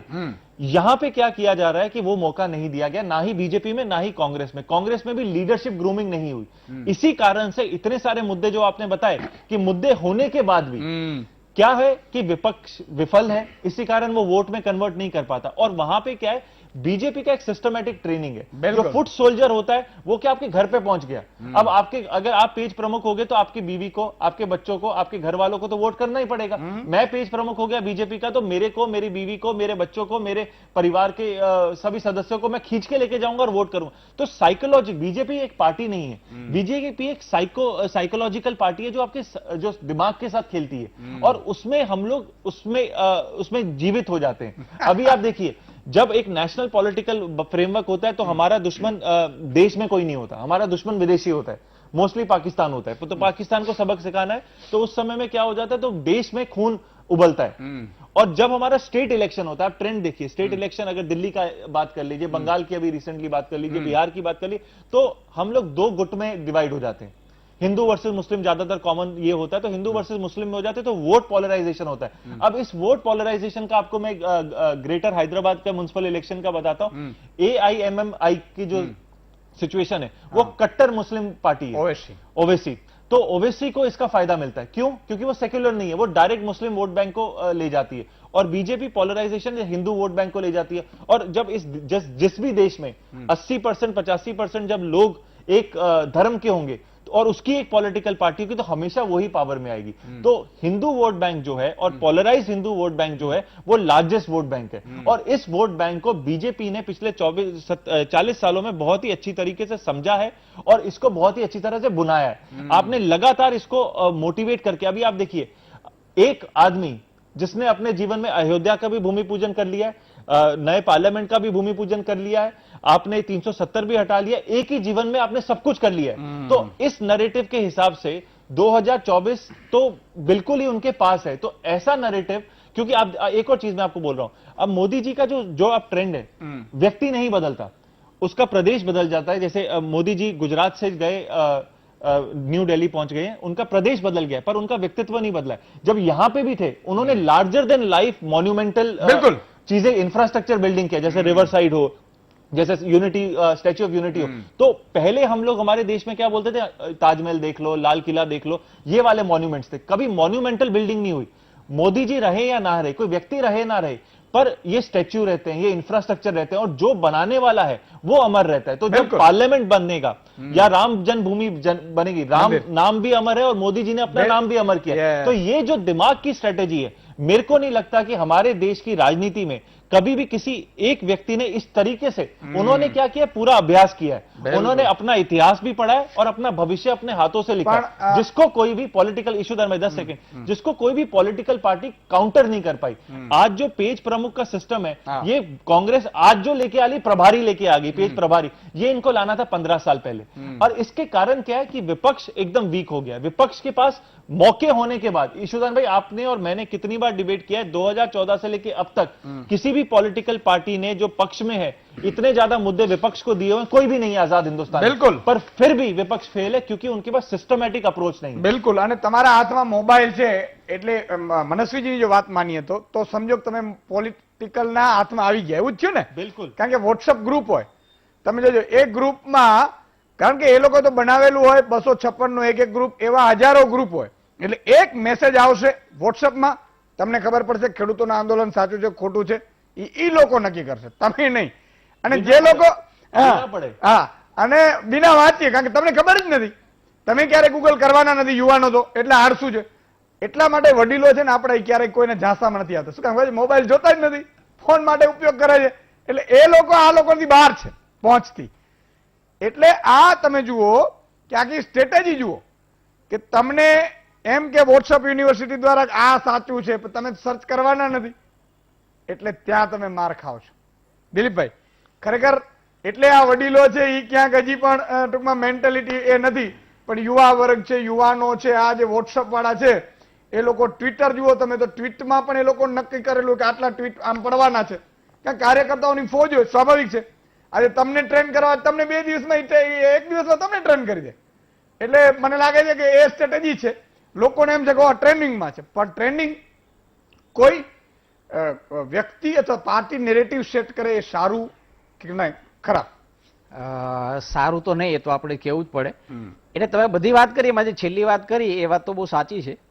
એટલે યુવાનો એમ કે હું છે ને કાર્યકર બની ગયો છે, એટલે એ જાણે જીવનની કોઈ કરિયર હોય એવી વાત કરે છે। તમે પાર્ટીના સમર્થક થઈ શકો, પણ તમારે તમારું જીવન તો બચાવવાનું છે ને, એ આવ્યું છે પેલા મોબાઈલને કારણે। પણ આમાં છે ને મને લાગે થોડુંક આપણે ઉપર જઈને જોઈએ ને તો મજા આવશે આખી વાત। ચૂંટણી જીતવાની કોઈની પાસે ફોર્મ્યુલા હોય ને તો પછી એ રાજા થઈ ગયો ને, કાયમ માટે એ જ રહેવાનો। અને આમ જો થોડી વાતો સાચી છે, હમણાં બહુ લાંબી વાત કરી નરેન્દ્ર મોદી વિશે, એટલે હું એને અનુમોદન આપીને કહી દઉં કે એ વડાપ્રધાન બની ગયા ને, કારણ કે એને ખબર હતી ચૂંટણી કેવી રીતે જીતાય, પણ સદા જીતી શકશે ના, સદા નથી જીતી શકતા। દાખલા તરીકે છેલ્લે વાત બિહારમાં છે 4 બેઠકો વધારે, 22 છે એની જગ્યાએ 25 છે, પણ જીત તો બીજેપી ની કહેવાય, તમારે 3 જીતો છે, એમાં 12,700 વોટ વધારે છે, યુપીએ ને જેટલા મળ્યા ને એનડીએ ને જેટલા મળ્યા, એટલે તમે કેવી રીતે, પણ જીત તો જીત છે, તમારી સરકાર બની ગઈ, 12,700 મતો ઓછા હોય તો। પેજ પ્રમુખની આપણે વાત કરીએ, 1,47,00,000 મત લોકસભા વિધાનસભામાં ભાજપને મળ્યા હતા, 1,24,00,000 કોંગ્રેસને મળ્યા હતા, 24 લાખ મતોનો ફેર હતો। કોંગ્રેસની 16 બેઠકો વધી હતી, ભાજપની 16 બેઠકો ઘટી હતી। તમારે પેજ પ્રમુખ વધ્યા હશે, સમિતિ બી વધી હશે, 16 બેઠકો ઘટી હતી, પણ સરકાર તો રહી ને, કારણ કે તમારે 92 ને 93 જ જોઈએ છે। એટલે આજે આખી ખેલ છે એ એવો છે કે કોઈ સમજી શકતું નથી, અને ન સમજી શકે ને એમાં જ લોકશાહીનું હિત છે। જે દિવસે મને કે તમને કે કોઈ એક નેતાને આખી ફોર્મ્યુલા ખબર પડી ગઈ તો સદા એ જ જીત્યા કરશે। અને તો પછી આપણે ચીન, કોરિયા અને નોર્થ કોરિયા અને રશિયામાં આપણામાં બહુ ફરક નહીં પડે, કારણ કે ત્યાં તમે આજે પેજ પ્રમુખ વાળી આખી વ્યવસ્થા છે ને એમાં કોંગ્રેસ બી જોડાઈ ગયું, એટલે કોંગ્રેસને બી સાથે લઈ લઉં છું। એનાથી ચિત્ર એવું ઊભું થાય છે કે ત્યાં બધા સામ્યવાદી પાર્ટી છે, એના સભ્યો હોય ને એક જ પાર્ટી છે, તમે થોડા ઘણા શક્તિશાળી હો તો તમારે એના સભ્ય થઈ જવાનું, વાત પતી ગઈ। એવું ન થાય, અને ભારતમાં તો એવું નહીં થાય, અને એ થવાનું પણ નથી। બીજું ખાલી આંકડાકીય જોવા ખાતર જોઈએ, તમે એમ કહું કે 30 મત હોય અને એમાં એક પેજ પ્રમુખ હોય, એ લોજિકલ છે। 30 ની સામે તમે એક માણસ ગોઠવી શકો, ટકાવારીમાં તમે જુઓ ને તો લગભગ 103% જેવું થયું, એટલે ટોટલ વસ્તીમાં તમારા 3% કાર્યકરો હોઈ શકે। પણ હવે એમાં પેલા 6 ગોઠવવાની વાત આવી અને એમાં તમે ફેમિલી ઉમેરો તો 30 માંથી 20-25 મત તો માત્ર ભાજપને જ મળવાના છે, એટલે લોજિકલ નથી એ। અને એક 30 નું પાનું હોય એમાં 6-7 ફેમિલી હોય તો આખા કોંગ્રેસના હોય, પણ આખું જે ચિત્ર ઉભું થાય છે એને દ્વારા કહેવાનું એ છે કે કોણ મહેનત વધારે કરે છે, કયો પક્ષ વધારે મહેનત કરે છે અને કયા બધા મુદ્દા લઈને જાય છે, એનો એક સરવાળો થતો હોય છે, એની એક ફોર્મ્યુલા બનતી હોય છે। એકદમ ખાલી ટૂંકમાં લોકોને મજા પડે એટલે ફિલ્મની સાથે આની સરખામણી કરીએ કઈ ફિલ્મ ચાલશે એ જો કોઈને ખબર પડે ને તો એ દુનિયાનો સૌથી વધારે ધનવાન વ્યક્તિ હોય. 10 કરોડની ફિલ્મ બનાવો, 300 કરોડ કમાવો, પણ એવું નથી થતું. પણ એમાં કેટલીક ફોર્મ્યુલા કેટલાક લોકોને ફાવી જતી હોય છે ને પ્રમાણમાં એ લોકો સફળ રહેતા હોય છે. રાજ કપૂર એક જમાનામાં સફળ ગણાતા હતા. મનમોહન દેસાઈને આપણે ફોર્મ્યુલાના કિંગ કહેતા હતા. મનમોહનસિંહ બનાવે તો ફિલ્મો ચાલે જ. રાજેશ ખન્ના સુપરસ્ટાર તરીકે સતત કેટલી બધી ફિલ્મો ચાલે. પછી અમિતાભ આવે. આજે રાજેશ ખન્ના જતા રહ્યા છે, અમિતાભ બી જતા રહ્યા છે. અને આજે જે નરેન્દ્ર મોદીની વાત કરી ને, ઇન્દિરા ગાંધીનું એવું હતું. ઇન્દિરા ગાંધી એક વાક્ય બોલતા હતા ને વિપક્ષનું કઈ નહોતું ચાલતું. એમણે કહ્યું એ લોક કહે છે કે ગરીબોને, અરે શું કે, હું કઉ છું ગરીબીને હટાવો, અને આ લોકો કહે છે કે મન અને ઇન્દિરાને હટાવો. એક વાક્ય કર્યું અને વાત પૂરી થઈ ગઈ. એટલે વચ્ચે વચ્ચે એક તબક્કો આવતો હોય છે, 15-20 વર્ષ એક મોટો નેતા આવતો હોય છે ને એક પક્ષની છે એક રણનીતિ થતી હોય છે ને સામે વિપક્ષ નબળો થઈ. આજે પ્રોબ્લેમ એ છે કે ભાજપ સામે વિપક્ષ જ કોઈ નથી. નરેન્દ્ર મોદી સામે ઉભો રહ્યો નેતા કોણ છે? ઇન્દિરા ગાંધી સામે તો બહુ દિગ્ગજો ઉભા હતા, પણ તો બી એ જીતતા હતા.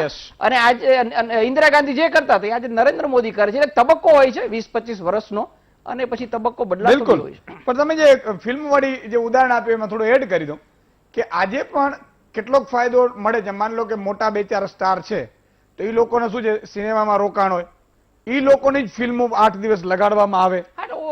ઓવરઓલ એક એવો નેરેટિવ સેટ કરવામાં આવે કે ભાઈ ફલાણા ખાનની ફિલ્મ છે એટલે એને જે 100 કરોડનો ખર્ચો કર્યો 300 કરોડ તો ફિક્સ જ થઈ જાય. કારણ કે હવે એક સ્ટ્રક્ચર એવું જે આપણે મલ્ટીપ્લેક્સ વાળી વાત છે. એટલે એવી જ રીતે અહીંયા પણ માની લો કેટલાક કાર્યકર્તાઓ છે એના માસીના દીકરાને આન તેન કરે એટલે 5-25% ફાયદો થાય એ વાત છે. કારણ કે ઘણા લોકોને તો ખબર જ નથી મત આપવા જાય કે ન જાય. એટલા માટે સાહેબ આ મહામંથન આપણે કરીએ છીએ કે તમે તમારા હક, તમારી ફરજો, તમારી માહિતી, કઈ રીતે શું થતું હોય, કઈ રીતે જ્ઞાતિના આગેવાનને આ લોકો ગોઠવતા હોય છે, ભાજપ કોંગ્રેસ કોઈ પણ પાર્ટીઓ કઈ રીતે તમારી પાસે આવતા હોય છે, કઈ રીતે મત માંગવા આવો છો, આ બધું તમારે જોવાનું છે. અને એ તમને જાગૃત કરવાનું કામ મારું છે. બાકી તમને કહેવાનું કામ મારું નથી ક્યાં શું કરો છો, પણ તમને જાગૃત મારે કરવા છે. આ છે ને એ કાળી કોટી છે, સમજ્યા તમે? આટલું મારું કામ છે. ઘણા લોકો એમ કે ઈસુદાનભાઈ આ તમે ન કર્યો, ઈસુદાનભાઈ નું એ કામ થોડું છે. એ કામ જે તે વ્યક્તિએ પોતે સ્વયંભૂ સમજદાર. એટલે હવે વોટ્સઅપ યુનિવર્સિટીમાં કોઈ પણ મેસેજ આવે, કોઈ પણ પોલિટિકલ પાર્ટીને લગતું, તો માનવાનું કે એની સોશિયલ મીડિયા આર્મીએ મોકલ્યું છે. હવે તમને એમ કે સોશિયલ મીડિયા આર્મી, સાહેબ હજારો લોકો રાખ્યા છે અને ઘણાને પેઇડ રાખ્યા છે, ઘણાને લખવા વાળા મારા જેવા પેઇડ હોય પાછા. પણ આમાં અશુધારભાઈ પ્રોબ્લેમ એ થાય છે, આપણે જે ચર્ચા કરી, આપણે દાખલા તરીકે છે ને પેલા આપણે 1013 અખબારો જતા હતા, અત્યારે 1030 કરતા વધારે મીડિયા વધ્યું છે.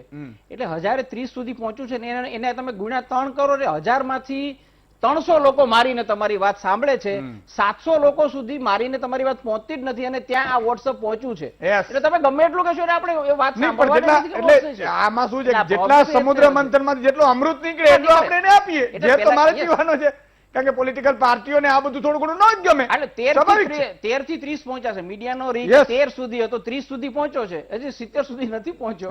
ત્યાં તો આ લોકો ડાયરેક્ટ પહોંચે. તો એક દર્શક મિત્ર લઈ લઈએ, બે પછી બ્રેક લઉં. ગૌતમભાઈ વડોદરાથી જોડાય છે. જી ગૌતમભાઈ. હા નમસ્કાર. નમસ્કાર ઈશુદાનભાઈ. નમસ્કાર. હા, તમારો કાર્યક્રમ હું જોઉં છું રોજે રોજ, અને બધા જેટલા મારા મિત્રો મંડળમાં બધાને કહું છું કે ભાઈ આ કાર્યક્રમ જુઓ અને દેશની અંદર જાગૃતિ કંઈક આવી શકે. હવે મારે થોડાક પ્રશ્ન બીજો મારે એક નોકરી વિશેનો કરવો છે, એના વિશે એક તમે ડિબેટ કરજો. પણ એ પહેલા મારે જરાક અનિલભાઈને જરા જણાવવું છે, ડોક્ટર સાહેબ જે બેઠા છે, કે ભાજપ ટોટલી માર્કેટિંગ કરી રહ્યું એવું તમને નથી લાગતું? ઓકે, કે અત્યારે કોઈ પણ બાબતની અંદર એમને માર્કેટિંગ જ કરવું હોય છે, બરાબર? આ અત્યારે બુથ લેવલના ફલાણા લેવલના આટલા, તો પછી તમે જીતી ગયા કહેવાય ને. અત્યારે તો આમ જોવા જઈએ તમે આટલા બધા કાર્ય કરો. બીજું તમારી ટીવી ની અંદર એક પટ્ટીમાં લખાય છે ઘર દીઠ એક વ્યક્તિ એનો કાર્યકર, બરાબર છે? તો મારી સોસાયટીની અંદર આજે 150 મકાન છે, 150 મકાનમાં એકેય કાર્યકર નથી ભાજપનો. એટલે ટૂંકમાં બરાબર છે, એટલે ટૂંકમાં એ ક્યાંક સક્સેસ છે ને ક્યાંક નથી. બિલકુલ ગૌતમભાઈ, ખૂબ ખૂબ આભાર. એક અનિલભાઈ નવસારીથી જોડાય છે. જી અનિલભાઈ. હા નમસ્કાર ઈશુદાનભાઈ. નમસ્કાર. હવે અમારો બહુ પ્રાણ પ્રશ્ન છે ને 65 થી 70 વર્ષનો પ્રશ્ન છે. હા, અમે ગ્રાન્ટ ઇન એડ જે છાત્રાલયો જે ખરા ને, હા, એમાં અમે નોકરી કરીએ, પણ આજે 65 થી 70 વર્ષની વર્ષો છતાં અમારો 6500 રૂપિયા, 5500 રૂપિયા ₹3500 અને ₹3000 પગાર છે. હા હા વર્ષોથી અમે જે તે વિભાગમાં રજૂઆત કરી છે, પણ અમને લઘુત્તમ વેતન દર કરતા પણ ઓછું વેતન મળે છે અને 24 કલાકની અમારી જવાબદારી રહે છે. છાત્રાલયમાં ગૃહપતિ ને? હા, અગ્રપતિ. બિલકુલ બિલકુલ, હું મૂકીશ ધ્યાન ઉપર, પણ તમે વર્ષોથી કરો છો, નથી કરતા તો કરે, મારા કહેવાથી નહીં કરે એ નક્કી છે, પણ છતાંય હું મારી ફરજ અદા કરીશ. ખૂબ ખૂબ આભાર. એક નાનકડો વિરામનો સમય છે. દર્શક મિત્રો, ક્યાંય જતા નહીં. આ એટલા માટે તમને કહું છું કે કેટલીક સારી વસ્તુ છે એને સ્વીકારવાની છે. હું કોઈ પાર્ટીનો વિરોધી નથી, કોઈનો સપોર્ટેડ નથી, ના મારો એ ધર્મ છે. મેં પહેલા પણ ભીષ્મ પ્રતિજ્ઞા લીધેલી છે, એટલે કોઈ તમારે પાઘડી પહેરી લેવાની જરૂર નથી. પણ સવાલ એ છે કે કેટલાકને ખોટું લાગશે, કેટલાકને સારું લાગશે. તો સારું લાગે એનો અભિનંદન મારે જોતા નથી, ખોટું લાગે એ નથી, મને ફેર પણ નથી પડતો. તમારી ચા પીવા હું આવતો નથી અને ચા પીવા આવીશ પણ નહીં. પણ સવાલ એ છે કે સત્ય છે એ હું બેખોફ કહેવાનો છું અને તમારે સાંભળવું જ પડશે. વિરામ બાદ આવું છું.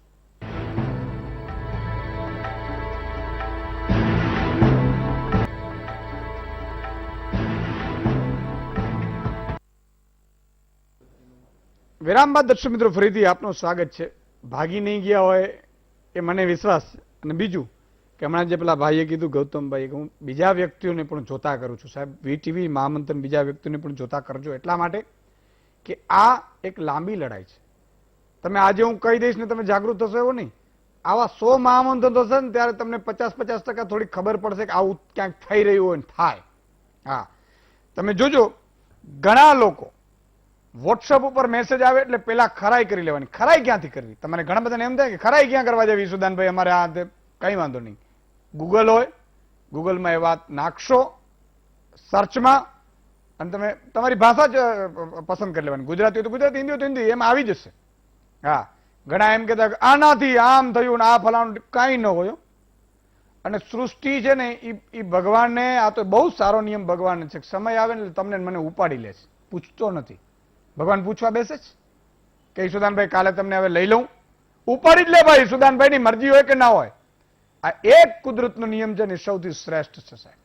બીજો નિયમ કે ચાકડી જેટલી વસ્તુ ઉપર ન લઈ લેવા દે, નહીં તો કેટલા કચરા ભેગા કરે. કદાચ માની લો કુદરતે ભૂલ કરી હોય તો ઘણા લઈ શું જાય સાહેબ. અહીંયા ઉપર જ્યાં લાવવાનો છે ને ત્યાં ઢગલા ચડી ગયા હોય કચરાના.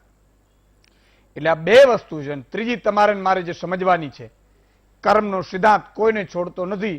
એ મોટી ટોપ હોય આજે, જેનો ભલભલો ડંકો વાગતો ઈ સાહેબ એને રડતા મેં જોયા છે મારી નાની ઉંમરમાં. એને છેલ્લે મરતા સમયે ચીસો પાડતા મેં જોયા છે. હું એટલા માટે તમને જાગૃત કરી રહ્યો છું કે કોઈને જમીન વેચી અને અસત્યનો સાથ દેવાની તમારે જરૂર નથી. અને જમીન તમારે ત્યારે વેચજો કદાચ એવું થાય તો, તમારા સ્વાર્થ માટે નહીં, પણ કોઈકનું ભલું થતું હોય તો પરમાર્થ માટે તમારે થોડું 2-5% ખોટું કરવાનું તો કરજો, કાંઈ વાંધો નહીં. પણ તમારા ભેગા કરવા માટે કરશો ને પછી તો બહુ અઘરું પડશે. હવે બીજો ટર્ન છે એ નાનો છે, સંક્ષિપ્તનો ટર્ન છે, એટલે મહાનુભાવ અને સંક્ષિપ્તમાં પૂછીશ. અનિલભાઈ, પેલા ભાઈએ પણ ઘણી વાત કીધી કે ઘણી જગ્યાએ છે કે નથી, આ બીજું ચોક્કસ. અને નરેન્દ્રભાઈએ પણ ઘણી બધી વાત કરી. સંક્ષિપ્ત એકદમ ટૂંકમાં કહું તો આખી ચર્ચા આપણી આજની પેજ પ્રમુખ અને એની વ્યવસ્થા, એનું આયોજન બિલકુલ આની ઉપર છે. એટલે હું જે 30 મિનિટ સુધી જે રાજનીતિક વિશ્લેષણ આખા દેશનું ને નરેન્દ્રભાઈ ને ત્યાંથી શરૂ કરીને જે આખું એક વિશ્લેષણ થયું એની ઉપર વાત નહીં કરું, કારણ કે એના માટે હું આપણે વિનંતી કરીશ કે બીજો 1.5 કલાકનો ડિબેટ રાખે. પેજ પ્રમુખ જેમ નરેન્દ્રભાઈ રાવતે કીધું એ પ્રમાણે કોઈ લોક ઉપયોગી વ્યવસ્થાની વાત જે એમણે કરી કે એ નથી, એવું નથી. પેજ પ્રમુખ એ લોક ઉપયોગ માટે આવી શકાય એના માટેનું એક કેન્દ્ર છે.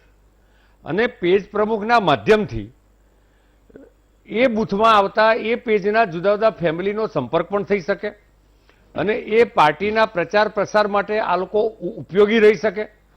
જેમ પેલા એક ભાઈએ કીધું વડોદરાવાળા કે ભાઈ મારી સોસાયટીમાં આટલા મકાન છે ને એમાં 150 મકાન છે, એમને કદાચ માહિતી ન પણ હોય કે ત્યાં કોઈ પેજ પ્રમુખ બનેલા છે કે નથી બનેલા, અથવા ત્યાં ન પણ બનેલા હોય. હજુ આ પેજ પ્રમુખની વ્યવસ્થા ઉપર અમે કામ કરી રહ્યા છીએ.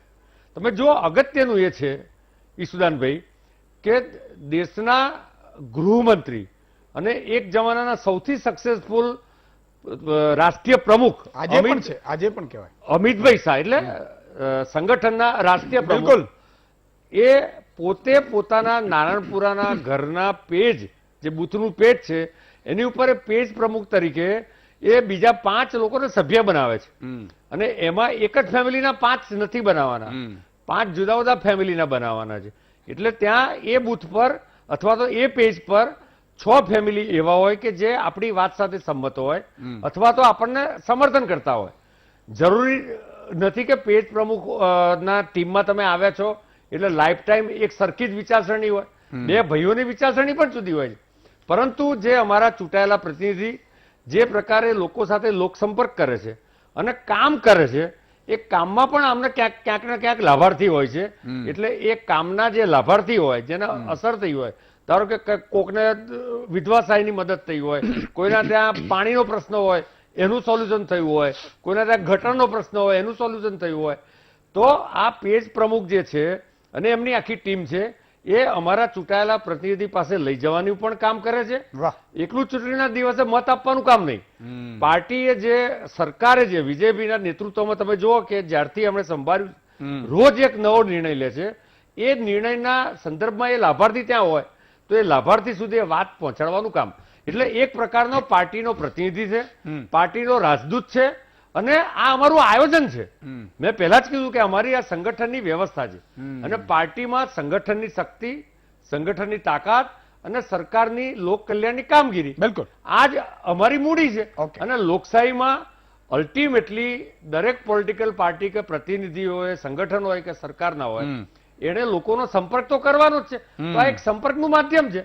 અને જે પાર્ટીના ગુજરાતમાં જ ખાલી 1 કરોડ ને 20 લાખ કરતા વધારે સભ્યો છે, બિલકુલ સ્વાભાવિક છે કે પેજ પ્રમુખ, હા હજુ આજે પણ હું સ્વીકારું છું કે કદાચ થોડા ઘણા 3-4% બૂથમાં બૂથ સમિતિ પૂરી ન બની હોય, પરંતુ અમારું અસ્થાયી સ્ટ્રક્ચર તો ત્યાં છે. બિલકુલ. એક નાનક એક શું કહેવાય દર્શક મિત્ર લઈ લો, ભાર્ગવભાઈ જોડાયા છે. જી ભાર્ગવભાઈ, માળિયાહાટી. જી સાહેબ, નમસ્કાર સાહેબ. નમસ્કાર સાહેબ, મારે એક એવું કામ છે કે આપણે જે કહેતા હોય કે જો જીતા હોય સિકંદર, બરાબર? હા સાહેબ, હવે એક હું તમને એવું કહું છું કે 100 મતદાન હોય એમાંથી 51 મતદાન બીજેપી ને મળે ને 49 થી કોંગ્રેસ ને મળે, બરાબર? તો 49 જણા એ તો ખાલી ધક્કો ખાધો એવું જ થાય ને, એવું ના થઈ શકે. વિપક્ષમાં બેસાડે ને, વિપક્ષમાં બેસાડે. એની કામગીરી એ છે કે જે વ્યક્તિ કામ કરે છે એની ધ્યાન રાખવાની કામગીરી છે. આપણે ખરેખર વિપક્ષને સમજ્યા નથી, વિપક્ષે પણ પોતાને સમજ્યા નથી. એટલે ના સાહેબ, સાચી વાત છે તમારી. પણ આપણે એવું ન કરી, આમાં ટૂંકમાં સંવિધાનમાં કઈ એવું ન થઈ શકે કે માનો કે 40% મતદાન જેનું હોય એ 40% ભૂમિકા ભજવે એનું નહીં. એટલા માટે કે એ સ્ટ્રક્ચર બની ન શકે. ભાર્ગવભાઈ, ખૂબ ખૂબ આભાર તમારો. એ તમે કહો છો પણ એક મ્યાનમાં 3 તલવાર ન રહી શકે. એટલે એ સ્ટ્રક્ચર બની ન શકે. ઘરમાં પણ 4 મોભી હોય ને તો એ ઘર ભાંગે, સમજો. એટલા માટે કે આપણું મનુષ્યનો સ્વભાવ છે કે બે તમે સામે લાવો એટલે ઈ આમ ડોરા કાઢે છે, આમ મારા બેટા એને જ કરવું છે, એટલે નહીં ચાલે. એટલા માટે પણ આપણી વ્યવસ્થા કેવી છે મિત્રો, એમણે કીધું કે 51 એટલે 51 વાળો સમજો કોંગ્રેસ વાળો, ભાજપ વાળો જીતી ગયો અને 49 વાળો હારી ગયો, બટ નેચરલ છે. પણ એ 49 વાળા એ 51 વાળા ઉપર નજર રાખવાની હોય છે આખા પૂરા સમય સુધી કે એને કયા નિર્ણયો લીધા, કયા કાનૂન પાસ કર્યા, કેવું કામ કર્યું, કેટલો કોન્ટ્રાક્ટ આપ્યું, કોને આપ્યું, એ કોન્ટ્રાક્ટમાં શું ગડબડ કરી, એ કોન્ટ્રાક્ટમાં ગડબડ થાય તો શું કરવાનું, ક્યાં ફરિયાદ કરી, ફરિયાદો કેટલી કરી, આ બધું કરવાનું હોય છે. મોટા ભાગે 50% નથી કરતા હોતા, જેનું આ પરિણામ હોય છે. એટલે સામે સત્તાવાળો તો ધ્રુજવું જોઈએ. હું તો એમ કહું છું વિપક્ષમાં એવો મજબૂત હોય ને કે સત્તા આમ થાય, એ આમ જોવાતું હોય ને કે ટેન્ડર આપવાનું તો એને ડર લાગે કે વિપક્ષ વાળો આવીને ઉભો રહી જશે. આ ધ્રુજારી જોઈએ સાહેબ, આવી તાકાત જોઈએ. અને ટેન્ડરો રદ કરાવવાની તાકાત હોવી જોઈએ કે તે ભાઈ ગડબડ કરી છે. ઘણી જગ્યાએ તો તેરી બી ચૂપ મેરી બી ચૂપ હોય ભાઈ. આપણે તો ક્યાં ખબર છે, છાતી ચીરીને તો કોઈ દેખાડતું નથી. આ તો હું ચીસો પાડું છું, બાકી મને દેખાડો ચાલો કે ભાજપ હોય, કોંગ્રેસ હોય, કોઈ પણ પાર્ટીનો એમ કહી દે કે હું સોગંદ ખાઈને કહું છું કે તમારા માટે કરું, ચાલો કરો કરો ને, એની કોમ્પિટિશન કરો. છતાં ગાળો તો મારે ખાવી પડે છે, કારણ કે તમને નથી ગમતું, કારણ કે તમે કોઈ પાર્ટી સાથે જોડાયેલા છો. તમારા પાર્ટીના નેતાઓ કરતા ઈસુદાનભાઈ વીટીવી સારું કરે છે, એમ તમને નથી ગમતું, સ્વાભાવિક છે. એટલા માટે કહું છું કે જમીર કમસે કમ અહીંયા ના આવે છે સત્યની સાથે. નરેન્દ્રભાઈ, સંક્ષિપ્ત માટે.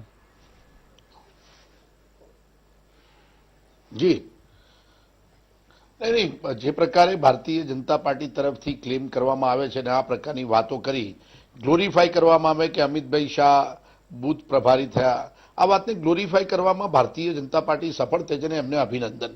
હવે આપ એક બાજુ કહો છો કે અમારો પેજ પ્રમુખ બૂથમાં કામ કરવા જાય છે, હવે અમિત શાહ સાહેબ તો દિલ્હીમાં હોય, એટલે એક વસ્તુને મોટી ગ્લોરીફાઈ કરવા પડે. એક વાસ્તવિકતા કેવી જરૂરી છે કે આજની તારીખમાં હું 100% ક્લેમ કરી શકું કે ભારતીય રાષ્ટ્રીય કોંગ્રેસ પાર્ટી આઝાદી પછીની સૌથી મોટી પાર્ટી આજની તારીખ છે. આ દેશના કોઈ પણ રાજ્યમાં અને કોઈ પણ છેલ્લા ગામડામાં કોંગ્રેસનો કાર્યકર્તા, કોંગ્રેસની વિચારધારા સાથે જોડાયેલ વ્યક્તિ અત્યારે પણ છે, જે ભારતીય જનતા પાર્ટીનો સર્વત્ર જોવા નહીં મળે, પરંતુ કોંગ્રેસ ખૂણે ખૂણે છે. નો ડાઉટ આમને મિસ કોલથી ને 10 કરોડ ને 20 કરોડની વ્યાખ્યાઓ કરી દીધી કે જે 72,000ની તમને વાત કરી કે 72,000 હોય અને એને 3 ગણ્યા કરો તો 4.5 માંથી 3.5 કરોડ લોકો તો એ પોતે જ હોય, તો પછી બીજાને વોટિંગ કરવાનો પ્રશ્ન નથી. નો ડાઉટ સારું માર્કેટિંગ, સારી વાતો, પરંતુ વાસ્તવિકતા તમામ વાતોમાંથી છેલ્લે એક જ વસ્તુ આવે છે કે આમાંથી સરકારે કરેલા કામો કે સરકાર લોકો સાથે કેટલી સફળતાપૂર્વક કામ કરી શકી છે. તો હંમેશા દરેક ડિબેટમાં આવે તો ઇન્દિરા ગાંધી કરતા હતા એવું નરેન્દ્ર મોદી કરે છે, તો આ બાબતમાં મારો પણ એક સ્પષ્ટ અભિપ્રાય છે કે નરેન્દ્ર મોદીજી આઝાદી પછી મોટા સ્ટેચ્યુ ને મોટી વાતો કરવામાં સફળ રહ્યા હશે, જે નવા જમાનાની અંદર નવા કામો પણ કરવામાં સફળ થયા હશે. હવે પાર્લામેન્ટ મોટી બનાવીને મોટું નામ જરૂર થાય, એની જરૂરિયાત કેટલી છે એ કોઈ સમજી શકે એમ નથી. સરદાર પટેલજીની સ્ટેચ્યુ બનાવવાથી સરદાર પટેલનું નામ મોટું થયું એવું માનવાને કોઈ કારણ નથી, પરંતુ એ મોટું સ્ટેચ્યુ બનાવી એક સ્ટ્રક્ચરની અંદર તે મહાન થઈ જાય. ઇન્દિરા ગાંધીએ તો આ દેશને ગરીબીમાંથી લઈને આ દેશને બહુ મજબૂતાઈ સ્ટેપ વાઇઝ આપી છે. આ દેશને નરેન્દ્ર મોદીજીને પણ ચોક્કસ યાદ કરશે, કારણ કે દુનિયાના જમાનામાં એવું જરૂરી નથી કે જે તે રાજા હોય એ રાજા સુખાકારી વાળો હોય ને સારો હોય, જરૂર નથી. શર્મુક્તાશાહી પણ થયેલી છે વિશ્વની અંદર. હિટલર પણ અત્યારે પોપ્યુલર છે અને એના દેશમાં એક સમયે પોપ્યુલર હતો, પરંતુ એમને રાજ પણ ખાસું કર્યું. એનો મતલબ એ સારો રાજા નહોતો. કહેવાનો મતલબ એ છે કે નરેન્દ્ર મોદીજીને ચોક્કસથી યાદ કરીશું. આજની પરિસ્થિતિમાં સમાજના દરેક સેક્ટરમાંથી, દરેક ક્ષેત્રમાંથી એક દબાયેલો અવાજ આવે છે કે એમનું જે શાસન છે, આપણે સામાન્ય ચર્ચા કરીએ, આ બધી ચર્ચા એક સાથે ઉડી જાય કે 2014ની અંદર પેટ્રોલ ડીઝલની વાત થતી હતી, અત્યારે દરરોજ 3-4 રૂપિયા વધે છે. અમને બી શરમ આવે છે. એક વિપક્ષ તરીકે અમે પ્રજાજનોને પણ એ પૂછવા માટે પ્રજાને જગાડવાનો પ્રયત્ન કરીએ કે તે 30 રૂપિયાની અંદર 40 રૂપિયાની અંદર પેટ્રોલ ડીઝલ મળતું હોય. તમને તો સરદાર પટેલનું સ્ટેચ્યુ આટલું વિરાટ બનાવ્યું છે, પેટ્રોલ ડીઝલ સરકાર ઠોકી જતી હોય 40-50 લોકોને એ ચર્ચામાં મુદ્દા પર બોલો. માનસિકતા ઉભી કરી છે. સંગઠન ક્યાં છે? ભારતીય જનતા પાર્ટીએ કરોડો રૂપિયાના અત્યારે દુનિયામાં સૌથી મોટી માલદાર પાર્ટી કહી શકાય કે જેને ભ્રષ્ટાચાર કરી આ દેશને વેચીને જે પૈસા ભેગા કર્યા છે અને એ પૈસાનો સદુપયોગ કેટલો થાય છે એ આપ જાણો છો. સંગઠનના ઓકે એકાદ મુદ્દા પર બોલો. બ્રેક લેવાનો સમય થયો છે હવે, પણ એક દર્શક મિત્ર લઈ લઉં. ભગવતભાઈ વડોદરાથી જોડાયા છે. જી ભગવતભાઈ. હા જી હેલો. હાજી હાજી જી બોલો ભગવતભાઈ. હા, મારો પ્રશ્ન એ છે સાહેબ કે દરેક રાજ્યની અંદર હોમગાર્ડનો પગાર 15 થી 20 હજાર છે, જયારે ખાલી આ ગુજરાતની અંદર પગાર કેમ બની? 5 વર્ષ થઈ ગયા. વાત સાચી છે તમારી વાત. 5 વર્ષથી સાહેબ 24 કલાક કામ કરાવે, 12 કલાક કામ કરાવે ને 300 રૂપિયા જેવા 3 મહિને પગાર નહીં આપતા હોમગાર્ડમાં ને? હા, હોમગાર્ડ બિલકુલ. ગુજરાતમાં રૂપાણી હોમગાર્ડના પગારને લઈને સરકાર અને વહીવટી તંત્ર ખાસ ધ્યાન આપે અને અનિલભાઈ એ ત્યાં વાત પહોંચાડે. ખૂબ ખૂબ આભાર. ફરીથી એક નાનકડા વિરામનો સમય થયો છે. વિરામ બાદ આવી છે, ક્યાંય જતા નહીં.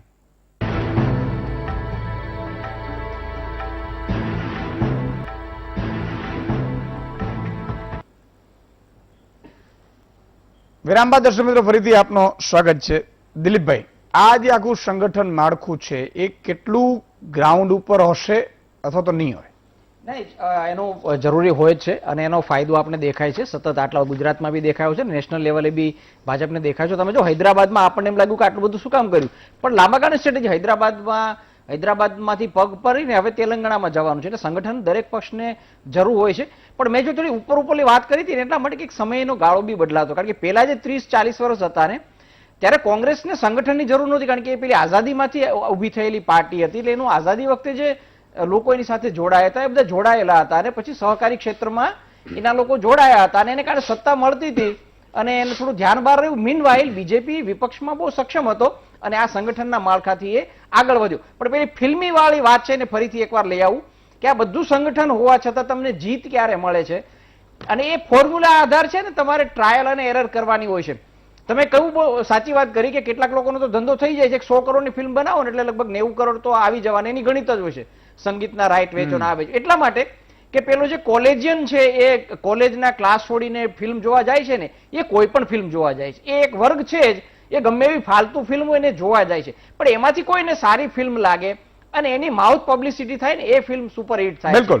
એનો મતલબ શું થયો કે એક એવો વર્ગ છે જે અમસ્તો ફિલ્મ જોવા નથી જતો, કોઈનું સાંભળીને જાય છે. એ રીતે એક ફ્લોટિંગ વોટર્સ અથવા આપણે અનિર્ણાયક વોટિંગ આપણે જેને કહીએ છીએ એ બહુ અગત્યનો હોય છે. બિલકુલ. એ ગમે ત્યારે બદલાય છે ને એ લગભગ 10 થી 20% હોય છે. જ્યારે જેનું સંગઠન મજબૂત બને, જ્યારે જેનું નેતૃત્વ મજબૂત બને, અથવા જેના મુદ્દા મજબૂત બને, 20% ને જે લોકો કેટર કરી શકે એ જીતે છે. એ વખતે સંગઠન હોય કે ના હોય, આ 20% શું કરે છે એ બહુ અગત્યનું હોય. બહુ જ સંક્ષિપ્તમાં મિલનભાઈ, બહુ જ સંક્ષિપ્તમાં એક 5 સેકન્ડની વાત કરી દઉં. કરી દો મિલનભાઈ, જે વાત કરી એમાં એક મારે એક દાખલો આપવો છે. CR પાટીલ અમારા પ્રમુખ સાહેબનો જે લોકસભા વિસ્તાર છે એમાં ક્યારેય લોકસભાની ચૂંટણી વખતે એ જાહેર સભાઓ કે આવું કશું કરતા જ નથી. બિલકુલ સંગઠન છે. ખાલી આ પેજ પ્રમુખ વાળી વ્યવસ્થા અને લાભાર્થી વાળી જે વ્યવસ્થા છે જે એમણે કામ કરેલા છે એનો જે સંપર્ક છે અમારી કાર્યકર્તાઓની ટીમ પેજના લોકોની એ લોકોનો પ્રજાનો સંપર્ક કરે છે. બિલકુલ. અને એના જ આધારે સૌથી હાઈએસ્ટ મતથી જીતે છે. બિલકુલ. જી મિલનભાઈ સંક્ષિપ્તમાં, પછી ફટાફટ, કારણ કે સમય બહુ ઓછો છે. સંક્ષિપ્તમાં હું એક જ કહું કે બંને પક્ષને આ તો એક ટીપ તરીકે લ્યો તો પણ સારું છે કે માત્ર તમે ગ્રાઉન્ડ લેવલથી લઈ અને અપર લેવલ સુધી તમારી ટીમ બનાવી નાખી, એક પક્ષે બનાવી, બીજો પક્ષ હજી વિપક્ષ થોડો નબળો પડે છે, એનું એક સેવાદળ કોંગ્રેસનું હતું મને યાદ છે, એ સેવાદળને નાસ્તો નાબૂદ કરી દીધું છે કે સેવાદળને એટલું મહત્વ ન મળ્યું એટલા માટે હવે એ નિષ્ક્રિય છે. પણ એક વસ્તુ છે સાહેબ, તમે જે નેતાઓને પસંદ કરો છો, તમે જે લડવા માટે ઉમેદવારો પસંદ કરો છો એને પણ એક બોડી લેંગ્વેજ શીખવવાની જરૂર છે, એને શબ્દનું જ્ઞાન દેવાની જરૂર છે, કયા શબ્દો બોલાય કયા ન બોલાય એ પણ જરૂરી છે.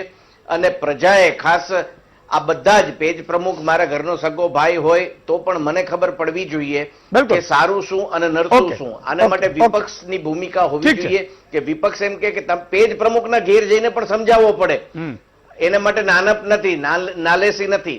એટલે પ્રજાએ જાગૃત થવાનું છે. આ રણનીતિ શબ્દ નહીં, આયોજન પણ પ્રજાને બહુ સાચી વાત કરી મનસુજી. સંક્ષિપ્ત એને ખરેખર જઈ અને સમજાવો કે આ સારું છે ને આ નરસું છે અને પ્રજાથી વિશેષ કોઈ નથી. એ આ બંને પક્ષે સમજી લેવાની જરૂર છે. બહુ સાચી વાત છે. જી 60 सेकंड. ईशुदान भाई देखिए, राजनीति में कोई भी सेकंड आने के लिए नहीं लड़ता. राजनीति में जब भी आप इलेक्शन लड़ते हो तो आप यही करते हो कि मेरे को पक्ष बनाना है, मेरे को सरकार बनानी है और आगे बढ़ना है. और सरकार बनाने के लिए बहुत सारे फॉर्मूलाज होते हैं. सब फॉर्मूला होता है किसका मुद्दा क्या है, किसकी वेव क्या है. इन सारे चीजों को एक केटर बेस करता है, वो है आपका सिस्टम. और सिस्टम जो होता है वो बनता है कुछ सालों के अनुभव के साथ. और लगातार बीजेपी ने अपने सिस्टम को इवॉल्व किया है. और कांग्रेस को अगर टारगेट करना है या इलेक्शन लड़ने की सोचना है तो बीजेपी को इस चीज में क्रिटिसाइज करने की जरूरत नहीं है. उनके सिस्टम से मैनेजमेंट लेसन लेते हुए जैसे जैसे मिलन भाई ने बोला सेवा दल, जिस तरीके से बीजेपी के साथ में आरएसएस है वैसे कांग्रेस के साथ में सेवा दल था जो ग्रास रूट लेवल में लोगों के साथ वोटर्स के साथ कनेक्टेड रहता था. वो कहीं ना कहीं छूटने से कांग्रेस का जो ग्रास रूट कनेक्शन है वो टूट गया है और इसी कारण सिस्टमेटिक जो अप्रोच है इलेक्शन लड़ने की वो छूट गई है. સમયનો અભાવ છે પણ એક દર્શક મિત્ર લઈ લો. વલ્લભભાઈ જોડાયા છે. જી વલ્લભભાઈ સંક્ષિપ્તમાં. જય માતાજી સુરેનભાઈ. જય માતાજી. આપણો મહામંથન કાર્યક્રમ કાયમી જોઈએ છીએ અને બીજા 10 ને જોડો છો ને? લતીપુરથી બોલું છું અને હવે પૂરો થવાના ટાઈમે મારો ફોન લાગ્યો, થોડીક મિનિટ આપજો ને. હા બોલો બોલો, 30 સેકન્ડ હાલો પૂરું કરો.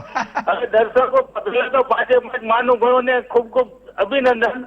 અને દુનિયાના છેડે પણ દર્શકો જોતા હોય એને માલુમ થાય કે ભાઈ ઈસુદાનભાઈ નો ટ્યુશન ક્લાસ છે, આ મહામંથન નથી, આ ટ્યુશન ક્લાસ છે. આનાથી સેવાડાનો માનવી વાત કરી શકે છે, નકર કોઈ આ ના ના તમારા બધાના આશીર્વાદ છે. આ ટ્યુશન ક્લાસ રાખ્યો છે અને જુદા જુદા શિક્ષકો જેવા વિષય એવા શિક્ષકો, હવે હાસ્ય કલાકાર જેવા જેની મિનિટની કિંમત થઈ એવા શિક્ષકો ઉતાર્યા છે. ઓલા બિલકુલ.